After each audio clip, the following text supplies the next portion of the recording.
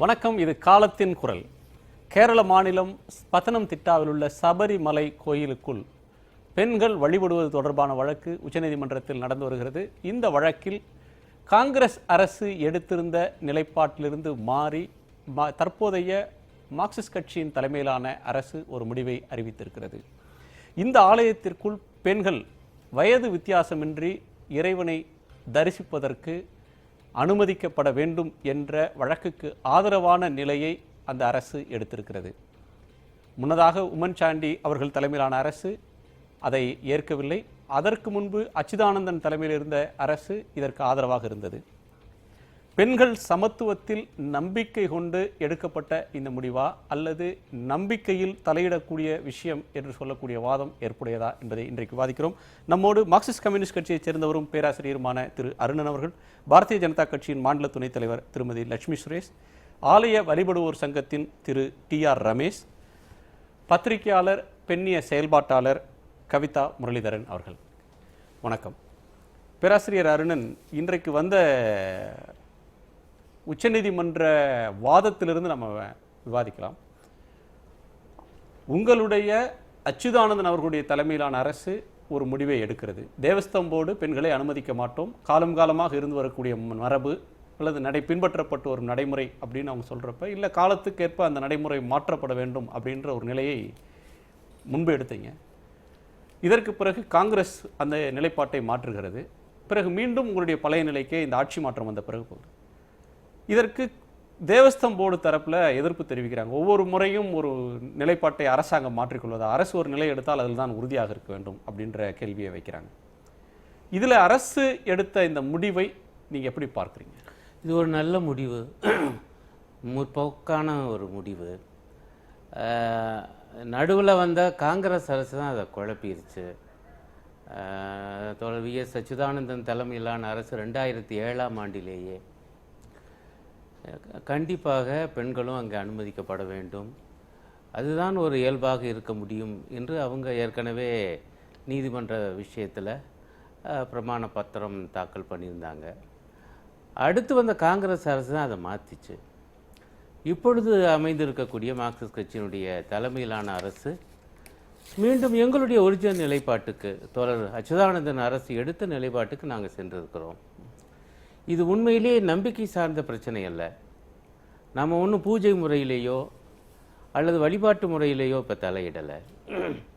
இது ஆண் பெண் உரிமை பற்றிய பிரச்சனை, சமத்துவம் பற்றிய பிரச்சனை. இப்போ கூட அந்த விவாதத்தில் கூட ஒரு நீதிபதி சொல்லியிருக்கார், ஹிந்துவில் ஆண் இந்து பெண் இந்து என்று எப்படி பார்க்க முடியும்? இல்லை, இந்துனா இந்து தான். அப்படி என்றால் அங்கே சபரிமலை ஐயப்பன் சன்னிதானம், அந்த கோயில், அதற்குள்ள ஆண்கள் போக முடியும் எனும் பொழுது பெண்களும் நுழைகிற முழு உரிமை குறிப்பாக இந்துக்களுக்கு உண்டு இல்லையா என்கிற கேள்வியை அவங்கெல்லாம் எழுப்பியிருக்காங்க. அஃப்கோர்ஸ் விஷயம் இப்போ தேவஸ்வம் போர்டிலேருந்து இதை ஒரு முழுமையான அரசியல் சாசன பெஞ்சுக்கு அமர்வுக்கு மாற்றணும்னு சொல்லியிருக்காங்க. அது பற்றி அடுத்து விவாதம் பண்ணலாம்னு ஒத்தி வச்சுருக்காங்க. பட் அந்த கேள்விகள்லேயே நீங்கள் பார்த்தீங்கன்னா இயல்பாக தான் கேட்குறாங்க. ஏன் இந்த மாதிரி ஆண் பெண் வித்தியாசம் பார்க்கணும்? இல்லை, அவங்க தேவஸ்வம் போர்டிலேருந்து 2 அம்சத்தை தான் சொல்லியிருக்காங்க, ஏற்கனவே காலங்காலமாக வருது. ரெண்டாவது, அங்கே வீட்டில் இருக்கக்கூடிய கடவுள் பிரம்மச்சாரி, ஆகவே அங்கே பெண்களை அனுமதிக்க முடியாது, அதுவும் குறிப்பாக 10 வயதிலிருந்து 50 வயதுக்குள்ளே மட்டும். இது என்ன நியாயமான வாதம் என்று எனக்கு புரியலை. பிரம்மச்சாரின்னு பார்த்தா அனுமார் இருக்கார், அவருடைய கோயிலுக்குள்ளே எல்லா வயது பெண்களும் போகிறாங்க. பிள்ளையார் பிரம்மச்சாரி, அவருடைய கோயிலுக்குள்ளே எல்லா வயது பெண்களும் போகிறாங்க. அப்போ ஐயப்பன் கோயிலுக்குள்ளே மட்டும் பெண்கள் போக முடியாது என்பது எப்படி சரியான வாதமாக இருக்க முடியும்? ஆனால் ரொம்ப வேதனையான விஷயம் பாருங்கள், எந்த அளவுக்கு ஒரு தவறான அல்லது அபத்தமான ஒரு வாதம் அல்லது ஒரு ஆவேசமான வாதம். சென்ற ஆண்டு தேவஸ்வம் போர்டுடைய தலைவர் ஒரு மோசமான ஒரு வாக்கியத்தை சொன்னார். இந்த மாதிரி பெண்கள் மாதவிடாயோடு இந்த கோயிலுக்குள்ளே நுழைய பார்க்குறாங்களா என்பதை கண்டறிகிற ஒரு இயந்திரம் வறுமையானால் நாங்கள் பெண்களை அனுமதிக்க தயாராக. இப்படிலாம் கூட ஒரு தேவஸ்வம் போர்டு தலைவர் பேசுவாரா? சென்ற ஆண்டு அவர் அப்படி பேசி கேரளாவில் பெண்ணிய அமைப்புகள்லாம் மிகவும் இயல்பாக ஆவேசத்தோடு, இது ஒரு இயல்பு, அது உடம்புல இருந்து கழிவுகள் வெளியேறுவது போல் அதுவும்.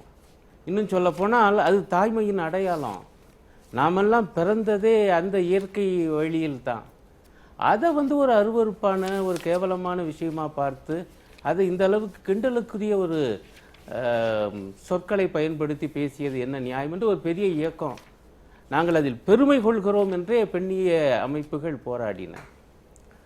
ஆக இன்றைய கால சிந்தனை எந்த அளவுக்கு மிகச் சரியாக ஒரு பாலின சமத்துவத்தை வேண்டி நிற்கிறது என்பதை புரிந்து கொண்டுதான் எங்களுடைய அரசு அனைத்து வயது பெண்களும் அங்கே போவதற்கு உரிமை உண்டு என்பது எங்களுடைய அரசின் நிலைப்பாடு என்று நாங்கள் உச்சநீதிமன்றத்தில் தெரிவிச்சோம். இதில் வரக்கூடிய கேள்வி, ஒரு அரசு இருக்கும்போது ஒரு ஸ்டாண்ட் எடுக்கிறாங்க, அதற்கு அடுத்த அரசு வந்த பிறகு அந்த ஸ்டாண்ட் மாறுது, அதற்கு பிறகு மீண்டும் பழைய கட்சி ஆட்சிக்கு வரும்போது பழைய நிலைக்கு போகிறாங்க. இந்த முரண்பாட்டை எப்படி புரிஞ்சுக்கிறாங்க? இது முரண்பாடே இல்லை. அதனால தான் காங்கிரஸ் அரசு இதெல்லாம் மனசில் வச்சு தான் மக்கள் மாற்றிருக்காங்க. இப்போ காங்கிரஸ் அரசு ஒரு வேறு நிலைப்பாடு எடுத்து ஒரிஜினலாக எடுத்தது எங்களுடைய அரசு ஒரு சரியான நிலைப்பாடு, அதை மாற்றியது காங்கிரஸ் அரசு. காங்கிரஸ் அரசு அது மாற்றிவிட்டது என்கிற காரணத்தினால நாங்கள் எங்களுடைய ஒரிஜினல் நிலைப்பாட்டை கைவிட முடியுமா?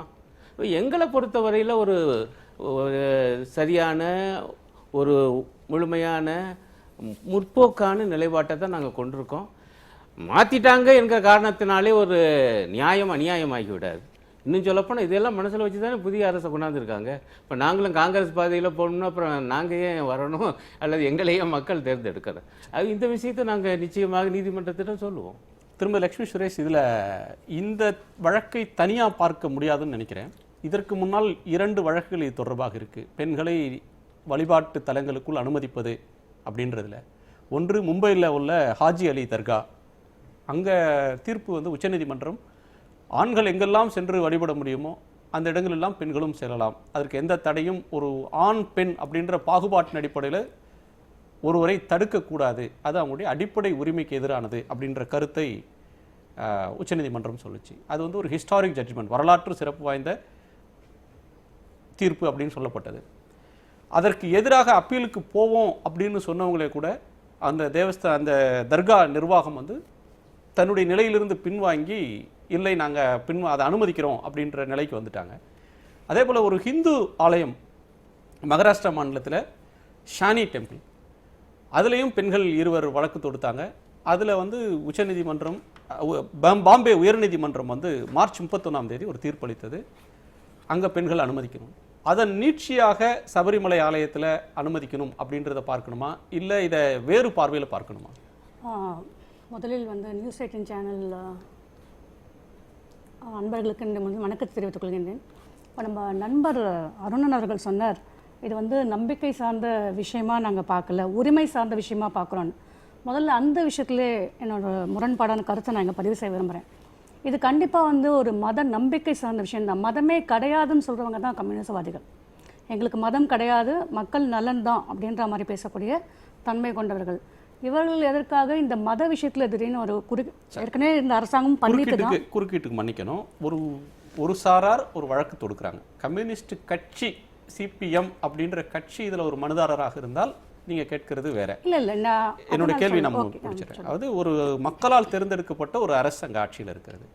ஒருத்தர் இந்த நடைமுறையால் எனக்கு பாதிப்பு இருக்கிறது, எனக்கு அநீதி இழைக்கப்படுதுன்னு நீதிமன்றத்துக்கு போகும்போது நீதிமன்றம் உங்க கருத்து என்னன்னு ஒரு அரசை கேட்குது. தேர்ந்தெடுக்கப்பட்ட ஒரு அரசு அதற்கு பதில் சொல்ல கடமைப்பட்டதா இல்லையா? எங்களுக்கு நம்பிக்கை இல்லைன்னு கட்சிக்கு நம்பிக்கை இல்லாமல் இருக்கலாம், ஒரு அரசுக்கு இதுல உரிமை சார்ந்த விஷயம் இல்ல, வழிபாடு சார்ந்த விஷயம், நம்பிக்கை சார்ந்த விஷயம் ஒரு அரசு ஒதுங்கி கொள்ள முடியுமா? இல்ல அப்படி நான் சொல்லல. அரசோட கருத்தை இந்த இடத்துல நான் மறுதளித்து பேசுறேன்னு தான் நான் சொல்ல வரேன். நான் அவங்களோட இது என்ன பொறுத்தவரையிலும் இதை ஒரு நம்பிக்கை சார்ந்த விஷயமா நான் பெருமளவில் இதை எடுத்துகிட்டு போக விரும்புகிறேன் அப்படின்னு என்னோட கருத்தை வலியுறுத்தி சொல்கிறதுக்காக நான் இதை சொல்கிறேன். இப்போ அவர் நண்பர் சொன்னார், இது கண்டிப்பாக அது உரிமை சார்ந்த விஷயம். ஆணுக்கு என்ன உரிமை இருக்கிறதோ அதே உரிமை. இப்போ ஒரு ஆஞ்சநேயர் இருக்கார், அது மாதிரி ஒரு விநாயகர் இருக்கார், அவர்கள்லாம் ஆண் தெய்வங்கள் தானே. அந்த கோவிலுக்கெல்லாம் பெண்கள் செல்லலாம் என்றால், பிரம்மச்சாரி தெய்வங்கள், அந்த கோவிலுக்கு செல்லலாம் என்றால் ஏன் இந்த கோவிலுக்கு மட்டும் செல்லக்கூடாது என்று கேட்டார். கேள்வி ஒரு நல்ல ஒரு கேள்வியாக இருக்கலாம். ஆனால் இதற்கு என்னுடைய பதில் என்னவென்று சொன்னோன்னா, அந்த கோவிலில் பிரம்மச்சரியத்தை கடைப்பிடிக்கிற ஒரு தெய்வமாக இருக்கிறார் சுவாமி ஐயப்பன். சுவாமி ஐயப்பனை ஒரு அரக்கி வடிவத்தில் அந்த மாணிக்காண்டவங்க நான் உன்னை திருமணம் செய்து கொள்ள விரும்புகிறேன்னு சொல்லி இது பண்ணச்சே அவங்களை இது பண்ணச்சே அவங்க நல்ல ஒரு அழகான பெண்ணை வந்து கூட நான் நிச்சயம் உன்னை திருமணம் செஞ்சவங்க சொல்கிறாங்க. அப்போ ஐயப்பன் சொல்கிறார், எந்த வருஷம் கன்னிசாமி வருது எனக்கு இங்கே நிற்கிறதோ நான் அவங்களுக்கு அருள் பாலிக்கிறதுக்காக தான் இங்கே நான் வீட்டில் இருக்கேன். ஸோ அது எந்த வருஷம் தடைப்படுறதோ அந்த வருஷம் நான் உன்னை திருமணம் செஞ்சுக்கிறேன்னு சொல்கிறாங்க. அதுக்காக அந்த அம்மா இன்னும் கூட அந்த இடத்துலையே அவருக்காக வெயிட் பண்ணுறாங்கன்னு சொன்னால் அப்போ என்ன ஒரு பிரம்மச்சாரியத்தை அவருக்கு அனுஷ்டிக்கணும்னு நினைக்கச்சே அந்த இடத்துல இப்போ ஒரு பெண் இப்போ வந்து அனுமதியே மறுக்கப்படலை. உங்களுக்கு வந்து ஒரு 10 வயதுக்குள்ளே இருக்கிற பெண்கள் அங்கே அனுமதிக்கப்படுறாங்க. அது மாதிரி ஒரு 50 வயது கடந்த பெண்கள் அனுமதி. ஏன்னா பெண்களுக்கு அந்த மாதவிடாய் காலங்கிறது வந்து மிகவும் ஒரு பிரச்சனைக்குரிய ஒரு விஷயம். நிறைய பெண்களால் அதை வந்து ஒரு லைட்டர் வேலை எடுத்துட்டு போகவே முடியாது. அந்த நேரத்தில் யாருக்கு அந்த காலகட்டத்தில் யாருக்கு போகணும்னு தோணுதோ அவங்க போறாங்க. அதை ஏன் நீங்க சட்டத்தை ஒரு நடைமுறை ஐதீகம்னு சொல்லி ஏன் தடுக்கிறீங்க? ஐதீகம்னு சொல்லி யாருக்கு சிரமம் இருக்கோ அவங்கள போக சொல்லி யாரும் கட்டாயப்படுத்துறது இல்லை. இது வந்து விருப்பத்தின் பேரில் செல்லக்கூடிய ஒன்று. கரெக்டு, நீங்கள் சொல்கிறத நான் உங்களோட ஆமோதிக்கிறேன். நான் என்னோட கருத்தாக என்ன சொல்ல வரேன்னா, பெண்களுக்கு வந்து அங்கே போகணும்னு ஒரு ஆசை இருந்து அவங்க இது பண்ணால் கூட அவங்களோட உடல்நிலை அதுக்கு வந்து ஒத்து வராது. நிச்சயம் அந்த இடத்து கூட அந்த கரடுமுரடான பாதைகளில் செல்லும்போது அவங்களுக்கு அந்த கால்சியம் போன்ற சத்துக்கள்லாம் குறையும். அந்த மின்ஸ்ட்ரேஷன் பீரியட்லேயே அவங்களுக்கு அந்த டிஃபிகல்ட்டிஸ் எப்போதுமே இருக்கும். அது மாதிரி ஒரு நேரத்தில் அங்கே போய் அவங்க சிரமப்படக்கூடாது அப்படிங்கிற ஒரு கண்ணோட்டத்தின் காரணமாகவும் தான் அந்த கோவிலுக்கு போகக்கூடாது அப்படின்னு சொல்லி சொன்னாங்களோ தவிர்த்து மற்றபடி இதில் வந்து வேற எந்த மாதிரி ஆண்கள் தான் போகலாம் பெண்கள் போகக்கூடாது அப்படிங்கிற ஒன்றும் இல்லை. இன்னொரு விஷயத்தை நான் உங்களுக்கு சொல்ல விரும்புகிறேன். இப்போ பார்த்தீங்கன்னா அந்த கோவிலுக்கு போகணும், சபரிமலைக்கு போகணுன்னா 48 நாள் விரதம் இருந்து போகணுன்றது ஒரு ஐதீகமாக ஒரு வழக்கமாக வச்சுட்ருக்காங்க. இப்போ பெண்களால் வந்து 48 நாள் வந்து தொடர்ந்து இருக்க முடியுங்கிறது ரொம்ப கடினமான ஒரு விஷயம். ஏன்னா பெண்களுக்கு அந்த மாதவிடாய்ங்கிறது வந்து தவிர்க்க முடியாத ஒன்று. நிச்சயம் அது வந்து அந்த காலகட்டத்தில் வரைச்சி அவங்களாம் அந்த விரதத்தை அனுஷ்டிக்க முடியாது அப்படிங்கிறது ஒரு விஷயம். இன்னொரு விஷயம் பார்த்தீங்கன்னா எப்போதுமே இந்த மாதிரி ஒரு கட்டுப்பாடுகள்லாம் எதுக்கு கொண்டு வராங்கன்னா, அந்த 48 நாள் விரதம் இருக்கணும், கடுமையாக காலையில் எழுந்திரிச்சு குளிக்கணும், பூஜை பண்ணணும், சுவாமியை போய் இதுவாக பார்க்கணும். எதுக்கு வச்சாங்கன்னா அவங்களுக்கு அவங்களுக்குள்ளே ஒரு புனிதத்தன்மை வரணும். இத்தனை புனிதர்கள் போய் அங்கே சொன்னால் அந்த கோவிலுக்கு ஒரு புனிதத்தன்மை ஏற்படுறது. ஸோ அதெல்லாம் வந்து இயற்கையாகவே பெண்களுக்குள்ளே பார்த்தீங்கன்னா அவங்க ஒரு புனிதமானவர்களாக தான் பெண்கள் இருக்காங்க. ஏற்கனவே பூஜை புனஸ்காரம் எல்லாமே பெண்களுக்கு நிறைய உண்டு. 4 கேள்விகளை முன் வச்சிருக்காங்க அவங்க, 4 வாதம். ஒன்று, இது உரிமை சார்ந்த விஷயமா பார்க்கக்கூடாது, நம்பிக்கை சார்ந்த விஷயமா பார்க்கணும் அப்படின்ற முதல் பாயிண்ட். செகண்ட், இதில் பெண்களுக்கு அது குறிப்பிட்ட காலத்தில் சிரமம் இருக்கிறது. இன்னொன்று, பெண்களுக்கு இந்த நாட்களில் 48 நாள் விரதம் இருக்கிறது கஷ்டம். அடுத்து இதில் புனிதம் சார்ந்த ஒரு விஷயம். இந்த 4க்கு உங்கள் பதில் என்ன? இல்லை, முதல்ல வந்து அடிப்படையாக ஒரு விஷயம் சொல்லணும்னு நினைக்கிறேன். இது இடையில வந்து இவங்க பாரம்பரியம்னு சொல்கிறதே வந்து எந்த அளவுக்கு உண்மைன்னு எனக்கு தெரியல. இடையில வந்து ஒரு விஷயமா தான் இந்த பெண்கள் வந்து அலோவ் பண்ணுறது கிடையாதுன்ற விஷயம் இருந்திருக்கு. ஏன்னா 1940 வந்து திருவாந்தூர் ராணி அங்கே போனதுக்கான நியூஸ் பேப்பர் ரிப்போர்ட்ஸ் எல்லாம் இருக்குது. Dustbin reported. அப்போ அவங்களுக்கு வயசு வந்து 45, 50 இல்லை, 55 இல்லை, 40 வயசு அப்போ போயிருக்காங்க. 1986 ராதிகான்ற ஒரு பெண், ஒரு ரிசர்ச்சர் வந்து போயிருக்காங்க. அவங்க அந்த 18 படி ஏறி போகல, வடக்கு வாசல் வழியாக போகிறாங்க. பட் அவங்க வந்து கோவிலுக்குள் அனுமதிக்கப்படுறாங்க, போகிறாங்க. அதை பற்றி அவங்க பதிவும் பண்ணுறாங்க. ஸோ இந்த மாதிரியான பதிவுகள்லாம் இருக்குது. அதனால் இது பாரம்பரியமான விஷயம் அப்படின்றது வந்து எனக்கு கேள்விக்குறியான ஒரு விஷயம் தான். இது வந்து இடையில வந்து ஒரு விஷயமாக இருக்கலாம். இரண்டாவது, ஒரு பெண்ணுக்கு வந்து மாதவிடாய் காலத்தில் பிரச்சனை அப்படின்னா அது ஒரு பெண் முடிவு பண்ண வேண்டிய விஷயம். அவளுடைய உடல் வலிமை, மன வலிமை அதெல்லாம் சார்ந்த விஷயம். அதை வந்து ஒரு அமைப்பு முடிவு பண்ண முடியும். குறிப்பாக ஒரு மத அமைப்பு வந்து முடிவு பண்ண முடியாது, எந்த அமைப்புமே முடிவு பண்ண முடியாது ஒரு பெண் போலாமா கூடாதுன்றது. மூன்றாவது, 48 நாட்கள் விரதம் இருந்து தான் போனோம் அப்படின்றதெல்லாம் ஓகே, பாரம்பரியம். ஆனால் இன்றைய சூழலில் அந்த 48 நாட்கள் விரதத்தை வந்து ஆண்கள் ஒழுங்காக இருக்காங்களான்ற கேள்வி இருக்குது. நம்மளே பார்க்குறோம், நம்மளை சுற்றி நடக்கிறத பார்க்குறோம். எத்தனை ஆண்கள் வந்து மாலை போட்டுக்கிட்டு எப்படி போகிறாங்க அப்படின்றதெல்லாம் நிறைய எவிடன்சஸ் இருக்குது. அப்புறம் புனிதத்தன்மை அப்படின்றது வந்து அவங்க சொல்லி முடிக்கல ஆக்சுவலானா. அப்போ பெண்கள் வந்து இதே அருணன் தோழர் சொன்னது தான், புனிதம் அப்படின்றது வந்து ஒரு கட்டமைக்கப்பட்ட ஒரு விஷயம். அதுவும் பெண்களோட பயாலஜிக்கல் ப்ராசஸை வந்து புனிதத்தன்மையற்றது, அதனால் அவங்க கோவிலுக்கு போக முடியாது அப்படின்றது வந்து ரொம்ப ரொம்ப ஆபத்தான ஒரு விஷயம். மன்னிக்கணும், குறுக்கிட்டதுக்கு மன்னிக்கணும். நான் பெண்களுக்கு வந்து புனிதத்தன்மை இல்லை அதனால கோவிலுக்குள்ளே போகலன்னு நான் சொல்ல வரல. சகோதரி வந்து தவறாக அதை புரிஞ்சுக்கிட்டாங்க. நான் அப்படி சொல்லலை. பெண்களுக்கு இயற்கையிலேயே அவங்க வந்து வீட்டிலேயே நம்ம நிச்சயம் பூஜை பண்ணி நம்ம நல்லா தான் இருக்கும், நம்ம புனிதத்தன்மையோடு தான் இருக்கும். பட் நம்மளுக்குள்ள ஒரு கட்டுப்பாடு பெண்களுக்கு ஆண்களை விட பெண்களுக்கு ஒரு படி அதிகமாகவே இருக்கின்றது. இப்போ சகோதரி சொன்னாங்க, ஆண்கள் எத்தனை பேர் வந்து விரதம் வந்து ஒழுங்காக போகிறாங்க, இதுவாக தான் போகிறாங்களா அப்படின்னு. அப்படி போகலை அப்படிங்கிறது தான் இங்கே வந்து விஷயமே. ஆனால் நம்ம வந்து பெண்கள்னால் எப்போதுமே எல்லா விதத்துலையுமே ஒரு கட்டுப்பாடோடு இருப்போம். நம்மளுக்கு ஏற்கனவே இயற்கையிலே நம்மக்கிட்ட அது இருக்குது, அவங்களுக்கு இல்லை. அவங்கள அந்த மாதிரி ஒரு வழிமுறைப்படுத்தணும் அப்படிங்கிற ஒரு கட்டாயத்துக்காகவும் ஆண்கள்லாம் இது மாதிரி இடத்துக்கு போகணும், பெண்கள்லாம் போகக்கூடாதுன்னு அப்படியும் ஒரு வாதத்தை தான் நான் இங்கே வைக்க இல்ல விரும்புகிறேன். மாதவிடாய கட்டுப்பாடான ஒரு விஷயமா, அது ஒரு பயாலஜிக்கல் விஷயம் தான். ஆமா, நான் அது மறுக்கவே இல்லையே. வந்து பட் நம்ம பார்க்க முடியாது. இல்லையே, உங்களுக்கு நான் என்ன சொல்றேன்னா, அந்த நேரத்துல உங்களுக்கு இந்த கால்சியம் அந்த மாதிரி எல்லாம் நம்மளுக்கு சத்து குறையுது. நம்ம சத்து குறையும் போது உங்களுக்கு வந்து அதுக்கான ஹெல்த் ப்ரூஃப்லாம் எதுவுமே இல்ல. இல்ல, கால்சியம் நீங்க குறையும், சத்து நீங்க குறையும் கொஞ்சம் அப்படின்றதுக்கான கோ த்ரூ proof பண்ணீங்கன்னா, நீங்க இல்ல, நெட்ல நான் அதை கொஞ்சம் பத்தி go through ஸ்டோரிஸ் பண்ணீங்கன்னா எல்லாம் பண்ணிருக்கேன். அப்படியே அந்த சமயத்துல ஒரு டயர்ட்னஸ் இருக்குமே தவிர மத்தபடி நீங்க சொல்ற சத்து குறைபாடெல்லாம் அந்த சமயத்துல நடக்கிறது அந்த மாதிரி நேரத்துல அவங்க கொஞ்சம் பலவீனமா இல்ல ஆறாங்கன்னா இதுல தான் அந்த மாதிரி பாயிண்ட் risk வந்து எடுக்க வேண்டாம். 10க்கும் 50க்கும் இடைப்பட்ட பெண்கள் மாதவிடாய் காலங்கள்ல மட்டும் இல்ல எந்த எந்த காலத்திலும் காலத்திலுமே போக செல்வதற்கு முடியாதுன்றது அனுமதிக்கப்படுகின்றது. நீங்க சொல்றது அந்த குறிப்பிட்ட நாட்களில் ஒரு சோர்வு இருக்குன்ற பாயிண்ட் நீங்க சொல்றீங்க. Correct. ஆனால் மற்ற நாட்களிலும் போக ஏன் முடியாது. அனுமதிக்கப்படுறதுலன்னு ஒண்ணு. இல்ல, இல்ல, அது இதுல பியூரிட்டி, தூய்மை, புனிதம் அப்படின்ற சொற்கள் வர்றது வந்து இன்றைக்கு நவீன காலத்தில் ஒரு இயல்பாக மனித உடல்ல நடக்கிற ஒரு இயல்பான ஒரு உடற்போக்கு, இயல்பான ஒரு மாறுதல், இயற்கையாக நடக்கிற ஒரு சாதாரண நிகழ்வாக கடந்து போக வேண்டிய ஒன்றுக்கு இது தீட்டு புனிதம் அப்படின்னு பார்க்கிற பார்வை 21ஆம் நூற்றாண்டிலும் சரியா அப்படின்ற கேள்வி வருது. திரு ரமேஷ், உங்க கேள்வி, உங்க பதில் என்ன? இது முழுக்க முழுக்க நம்பிக்கை சார்ந்த விஷயம். இப்போ நீங்கள் ஐயப்பன்னு சொல்கிறது வந்து சபரிமலையில் தான் ஐயப்பன், மற்ற இடத்துலலாம் அவர் வந்து ஐயனார், பூர்ணா புஷ்கலாவோட தான் ஆரியங்காங்கிற கோயில் இருக்கார். அங்கெல்லாம் பெண்கள் செல்ல தடை இல்லை. எருமேலின்னு ஒரு கோயில் இருக்குது, குளத்துப்புழைன்னு இருக்குது, அச்சங்கோயில் இருக்குது, அங்கெல்லாம் பெண்கள் செல்வது தடையே கிடையாது. சபரிமலை மட்டும்தான் இந்த வயதில் 10லேருந்து 50க்குள்ளே இருக்கிறவங்க போக வேண்டாம் என்ற ஒரு தங்கள் மதத்துக்குள்ளே தாங்களே விதித்து கொண்ட கட்டுப்பாடு. இதில் பிறர் வந்து சொல்வதற்கு ஒன்றும் இல்லை. இந்த கோயில் பத்ததி, இந்த வழக்கு இந்த தொடுத்திருக்கிறவங்க, இந்த கோயில் பூஜை இந்த முறை, வழக்கை தொடுத்திருக்கிறவங்க இந்த மதத்தை சேர்ந்தவங்களா இல்ல இந்த மதத்துக்கு வெளியில இருக்கக்கூடியவங்களா? இந்த மதத்தை சேர்ந்தவங்கிறத விட இந்த மதத்தோட வேல்யூஸை பின்பற்றாதவங்க தான் நான் சொல்லுவேன். ஏன்னா நிறைய இடத்துல கோயில் மத நம்பிக்கை இல்லாம இல்ல பாலின சமத்துவம்னு ஒண்ணு வேணும், ஆண் பெண்ன்ற பேதம் இருக்கக்கூடாது, எங்களுக்கு சம உரிமை வேணும் அப்படின்னு இந்துக்களே இந்து பெண்களே கேட்டா அதை வந்து நீங்க மறுப்பீங்களா? அதாவது எங்கே அது வேணும் அப்படின்னா, அதாவது பார்த்தீங்கன்னா 99 கோயிலில் நாங்கள் மறுக்கப்படல, ஒரு கோயிலில் மறுக்கப்படுறோம், நாங்கள் போவோம் அப்படின்னா, அதே மாதிரி ஆண்களுக்கும் சில கோயில்கள் மறுக்கப்படுகின்றன. ராஜஸ்தானில் புஷ்கருங்கிற இடத்துல இருக்குது, கேரளாலேயே பகவதி கோயில் ஒன்று இருக்குது. இதெல்லாம் வந்து நான் போட்டி போட்டுட்டு என்ன ஏன் அனுமதிக்க முடியாது, நானும் போவேன் அப்படின்னாக்க, அந்த கோயில் பத்ததி, அந்த கோயில் பூஜை முறைகள், அந்த கோயில் வழக்கங்கள்.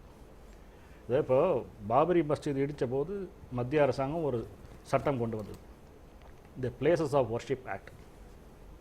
அந்த சட்டம் என்ன சொல்லுதுன்னா, 1947 ஆகஸ்ட் 15 எந்த கோயிலில் எந்த வழக்கம் இருக்கோ அதை அப்படியே பின்பற்ற வேண்டும், எதையும் மாற்றக்கூடாது. அங்கே இந்த பூஜை நடந்ததா, இந்த மத வழிபட்டார்களா, அதை வேறு கோயிலாக மாற்றக்கூடாது. இதே மாதிரி தான். ரைட். நீங்க சொல்றது வந்து மத்திய அரசின் சட்டம், ராஜீவ் நரசிம்மராவ் ஆட்சி காலத்துல சொல்றீங்க. நான் கேட்கறது, இப்ப இந்த வருஷத்துல வந்த 2 தீர்ப்புகள், சட்டம்ன்றது காலத்துக்கு காலம் மாறிட்டு வருது, இந்த வருஷத்துல வந்த 2 தீர்ப்புகள்ல மிக முக்கியமானது அப்படின்றது வந்து, ஒன்று முஸ்லிம் பெண்களை அனுமதிக்கக்கூடிய ஒரு தீர்ப்பு, இன்னொன்று இந்து பெண்களை அனுமதிக்கிற தீர்ப்பு. அதுல குறிப்பா முஸ்லிம் பெண்கள் தொடர்பான வழக்கு வரும்போது சட்டத்தினுடைய 14வது பிரிவு சமத்துவத்துக்கு அனைவரும் சமம் அப்படின்ற ஒன்றுக்கு எதிரானது ஒருத்தரை மறுக்கிறது. 15வது பிரிவு மதம், இனம், ஜாதி, ஆண் பெண் அப்படின்ற பாலினம், இந்த அடிப்படையில் சமத்துவத்தை மறுத்தா அது தவறு. இன்னொன்று 25 அரசு ஒரு மத சுதந்திரம், இந்த மூன்றும் வழிபட விரும்பக்கூடிய இடத்துல போய் வழிபடுவதற்கான சுதந்திரம், அந்த மூன்றையும் மீறக்கூடியது அப்படின்னு சொல்லி உச்சநீதிமன்றம் சொல்லுது. இதெல்லாம் கணக்கில் எடுத்துக்கொள்ளாம நம்ம மாறி இருக்கக்கூடிய சூழல், எல்லா காலத்திலுமே வந்து மரபும் நடைமுறையும் மாறிட்டே வர்ற நேரத்துல மரபும் நடைமுறையும் ஹாஜி அலி தர்காவுக்கு பொருந்துற ஒன்று இதுக்கு பொருந்தாதா? முதல்ல ஹாஜி அலி தர்காங்கிற வழிபாட்டு முறையை அனைத்து இஸ்லாமியர்களும் ஏற்றுக்கொள்ள மாட்டார்கள். யார் விரும்புறாங்களோ, யார் போறாங்களோ அவங்கள தடுக்காதீங்கன்றதான் இல்லை. இப்போ அந்த ஹாஜி அலி தர்காவுக்கு இந்துக்களும் போகிறாங்க, பெருமளவில் போகிறார்கள். அப்போ அவங்க ஒரு கட்டுப்பாடு வச்சுருந்தாங்க, இந்த அளவுக்கு வரைக்கும் தான் வரலாம் பெண்கள், இது தாண்டி வரக்கூடாதுன்னு. இப்போ அவங்களே சொல்லியிருக்காங்க வரலான்ட்டு. கோர்ட்டில் தீர்ப்பு வரல, அவங்களே சொல்லியிருக்காங்க. இல்லை, தீர்ப்பு வந்தது, அதற்கு அப்பீலுக்கு போகிறோம்னு சொன்னாங்க, அப்புறம் அவங்க பின்வாங்கியிருக்காங்க, அப்பீலுக்கு போகிறது இல்லைன்னு சொல்லிட்டாங்க. இல்லை, அவங்க வந்து ஏதாவது நான் என்ன சொல்கிறேன்னா, இந்த மாதிரி விஷயங்கள் இந்துக்களுக்குள்ளே வர வேண்டும். பாரதியார் சொன்னார், காந்திஜியும் சொன்னார், தீண்டாமை பற்றி வரும்போது காந்திஜி சொன்னார், இது எங்களுக்குள்ள பிரச்சனை, நாங்கள் தீர்த்துக்கிறோம், நீங்கள் வெளியால் யாரும் வர வேண்டாம் அப்படின்னு சொன்னார். அதே மாதிரி தான் பாரதியார் சொன்னார், 1000 உண்டு இங்கே ஜாதி, இதில் அந்நியர் வந்து புகழ் என்ன நீதி. இந்த அரசாங்கம் எப்ப குறுக்கிடலாம்? ஒரு நிமிஷம். மத விஷயத்துல 25 ஒரு நிமிஷம். அது காந்தியார் வந்து எங்களுக்குள்ள இருக்கிற பிரச்சனைன்னு சொன்னாலும் என்னைக்கு அரசியல் சட்டம் அமலுக்கு வந்ததோ அதுல இதுலயே வந்து தீண்டாமை ஒரு அன்டச்சபிலிட்டி அபாலிஷ்ட் அப்படின்னு சொல்லி சட்டம் போட்டாங்க. எங்களுக்குள்ளே தீர்த்து கொள்றாங்க, இந்துக்கள் அவர்களுக்குள்ளாக தங்களுக்குள்ள இருக்கிற பிரச்சனையை தீர்த்து கொள்வாங்கன்னு சொல்லி அரசியல் சட்டத்தை உருவாக்கின மேதைகள் அப்படி விட்டுறல. மேதைகள் தீராது அப்படி சட்டம் போட்டு தடுத்திருக்காங்க. நீங்க பிராக்டிஸ் பண்ணா தண்டனைன்னு சொல்லியிருக்காங்க. இல்ல தீண்டாமை untouchability has been abolished, it has been welcomed. இன்னும் சொல்ல போனா பல கோயில்களில் இந்த சட்டம் வரத்துக்கு முன்னாடியே அனுமதிச்சிருக்காங்க. அதில் ஒரு கோயில் சிதம்பரம் கோயில், இது சட்டம் வரத்துக்கு முன்னாடியே அனுமதிச்ச முதல் கோயில் அது ஒன்று. அது இருக்கட்டும். இப்போ காந்தி சொன்னது வந்து என்னன்னா, இந்த பிரச்சனை இதுக்குள்ள மதத்துக்குள்ளேயே சால்வ் ஆனாதான் அது இயல்பா இருக்கும், நன்றாக இருக்கும். மதத்துக்குள்ளேயே சால்வ் ஆகிறதுக்கான ஒரு இதுவுமே ஸ்கோப்புமே இருக்க மாட்டேங்குது. சொல்லி முடிக்கிறேன். 25 நீங்க மத உரிமைகள் கொடுக்கப்பட்டிருக்கு தனிநபருக்கு. அந்த மத உரிமையில அரசாங்கம் தலையிடுவதற்கு 3 நிலை வர வேண்டும். ஒன்று, மத உரிமையில அதை மாற்றி அமைங்க, எனக்கான உரிமை நிலைநாட்டுங்கன்னு ஒருத்தர் கோர்ட்டுக்கு போறப்ப நான் சொல்றது முடிச்சிடுறேன், நீங்க அது அதாவது அந்த 25 அரசியல் சட்டமே அரசியல் மேதைகள் தான் போட்டாங்க. ஆனா அதுல வந்து ஒரு இந்து மதத்துக்கு எதிரான ஒரு நிலைப்பாடை அதில் எடுத்திருக்காங்க. Throwing open to all classes of Hindus religious institutions போட்டிருக்காங்க. இதை வந்து இஸ்லாமியர்கள் பெண்கள் வந்து அவர்களுக்கு மறுக்கப்படக்கூடிய உரிமைகளை பற்றியோ வேற இடத்துல இருக்கக்கூடிய உரிமை மறுப்புகளை பற்றியோ அவர்கள் பேசவே இல்லை. ஹிந்துஸில் மட்டும்தான் இந்த ஒரு கட்டுப்பாடுகள் இருக்குங்கிற மாதிரி பேசியிருக்காங்க. அடிப்படையிலேயே அது ஒரு தவறு இருக்குது, இருந்துட்டு போட்டோம்.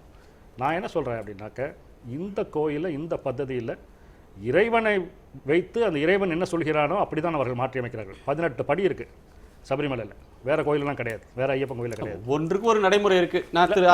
அந்த 18 படியை மாற்றும் போது அவர்கள் பிரஷ்னம் பார்த்து அந்த கல்லை மாற்ற முடியாதுன்னு வந்தது. அதுக்கப்புறம் என்ன பண்ணாங்க, மறுபடியும் பிரஷ்னம் பார்த்து அந்த கல்லை வந்து உலோகத்தால் மூடி வைத்தார்கள். அந்த கல்லை எடுக்கவே இல்லை கடைசி வரைக்கும். அது என்னன்னா ஐயப்பன் உத்தரவு வாங்கி தான் செய்யறதுன்னு. அதே மாதிரி தான் இதையும் உத்தரவு கேட்டாங்க, உத்தரவு தற்போதைக்கு மறுக்கப்பட்டுள்ளது. அதனால 2 பாயிண்ட் சொல்றாரு. ஒன்று, அரசாங்கம் ஒரு நம்பிக்கையில அரசாங்கம் குறுக்கிடக்கூடாது. இரண்டாவது, உள்ளுக்குள்ள இருந்து இந்த சீர்திருத்தம் வரணும். வேணும்ன்ற ஒன்று வரணும்னா அது வந்து நீங்க வெளியில இருந்து வந்தா அது சரியா இருக்காது. இந்துக்களுக்குள்ள அப்படி ஒரு சமத்துவம் வேணும்னு நினைச்சா அவங்களுக்குள்ளதான் அது வரணும். நம்பிக்கை கொண்டவரிடமிருந்து அது பிறக்கணும், மாறாக திணிக்க கூடாதுன்ற பாயிண்ட் சொல்றாரு. அடிப்படையில் அது சரிதான். ஆனா உண்மையிலேயே அப்படித்தான் வந்திருக்குது. முதல் விஷயம், நம்பிக்கையில தலையிடலை. பிரச்சனை வந்து இந்து ஆண்கள் போகக்கூடிய ஒரு இடத்துக்கு இந்து பெண்கள் போகக்கூடாதா, இவ்வளவுதான் கேள்வி. இங்க வந்து மத நம்பிக்கை யார் இப்ப சீர்குலைக்கிறா அல்லது யார் அதுல தலையிடுறா? வேற மதத்துக்காரங்க போகணும்னு சொன்னாலாவது பிரச்சனைன்னு சொல்லலாம். இந்து ஆண்கள் போகலாம் என்றால் ஏன் அனைத்து இந்து பெண்கள் போகக்கூடாது என்கிற ஐயா நீங்க பேசும்போது நான் தலையில்லை, நான் நீ பேச விட்டு அப்புறம் பரிசு நேரம் இருக்கு. ஆகவே இது வந்து நம்பிக்கைக்குள்ளேயே போகல, பிரச்சனை உரிமை. அதுவும் நீங்க சரியா குறிப்பிட்டது போல 1950க்கு பிறகு நம்முடைய அரசியல் சாசனத்துல ஆண் பெண் பாலின பாகுபாடு கூடாது என்று மிக தெளிவாக அறிவிக்கப்பட்டிருக்கு. அதற்கு இது முரணாக வரப்போய் உள்ளுக்க இருந்தே வரணுங்கிறாருல, உள்ளே இருந்து தான் வந்திருக்குது. அரசியல் சாசனம் சொல்லி இருக்குது ஆண் பெண் பாலின பாகுபாடு காண்பிக்க கூடாது என்று, ஆனால் இங்கே காண்பிக்கப்படுகிறது என்று இந்து சட்ட பெண்கள் வக்கீல் பெண்கள் தான் நினைக்கிறேன் இந்த அமைப்பு, அவங்க தான் வழக்கு போடுறாங்க.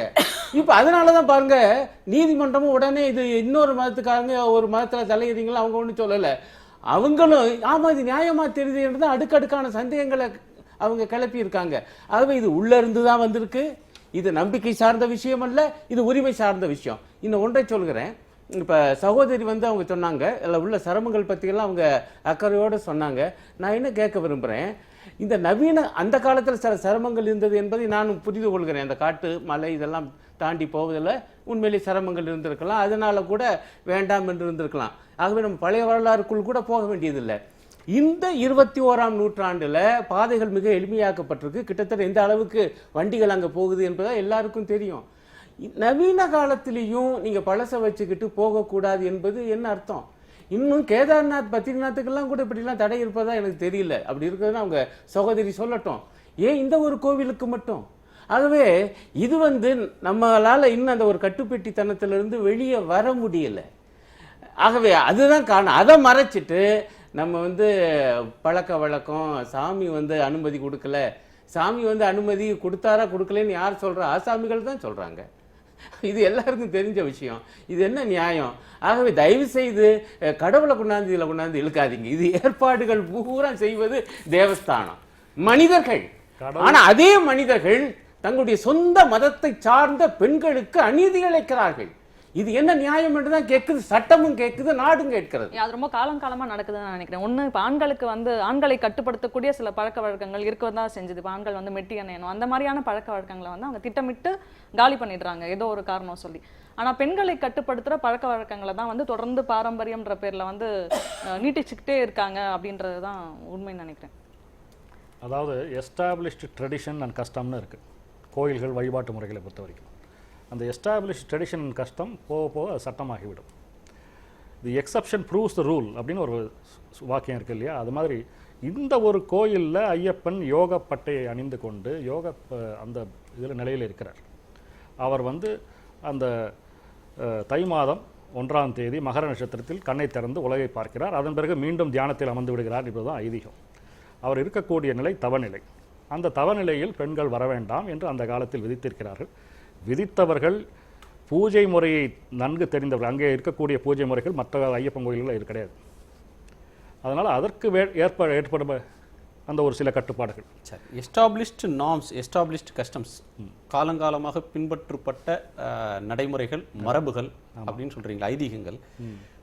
இதே மாதிரியான விஷயம் வந்து குழந்தை திருமணம் 18 வயதுக்கு முன்பாகவே திருமணம் செய்து கொள்ளலாம் அப்படின்றது 6 வயது 8 வயது குழந்தை இருந்தது. தேவதாசியாக பெண்களை பொட்டு கட்டி விடுறது இருந்தது. 100 வருஷத்துக்கு முன்னாடி சதி இருந்தது. சதி, பெண் கணவன் இறந்தால் மனைவியும் அதே உடன்கட்டை ஏறணுன்றது ஒரு நடைமுறையாக இருந்தது, மத நம்பிக்கைன்னு சொல்லப்பட்டது. ஆனா அதெல்லாம் சட்டம் போட்டு தடுத்திருக்காங்க. அரசியல் சட்டம் வந்த பிறகும் மற்ற சீர்திருத்த சட்டங்கள் நிறைய வந்து அது வழக்கொழிந்து போயிடுச்சு. எனவே எஸ்டாப்ளிஷ்டு கஸ்டம் நீங்க சொல்றது சோஷியலி, இது மதத்தின் பேரால தான் நடந்தது. இது மத நம்பிக்கையின் தான நடந்தது. மத நம்பிக்கை தான் சோஷியலி அஃபெக்டிங். இது வந்து சோஷியல் இது இல்ல, இது வந்து பூஜை முறை. சரி, சோஷியலி ஒரு பெண் உள்ளே செல்வதால் எனக்கு நம்பிக்கை இருக்கு. யாரும் நாத்திகர்கள் யாரும் அங்க போக போறதில்ல, மற்ற மதத்தினர் யாரும் போக போறதில்ல. இந்த உரிமை என்பது விரும்பாத யாரும் அங்க போறதுக்கானது கிடையாது.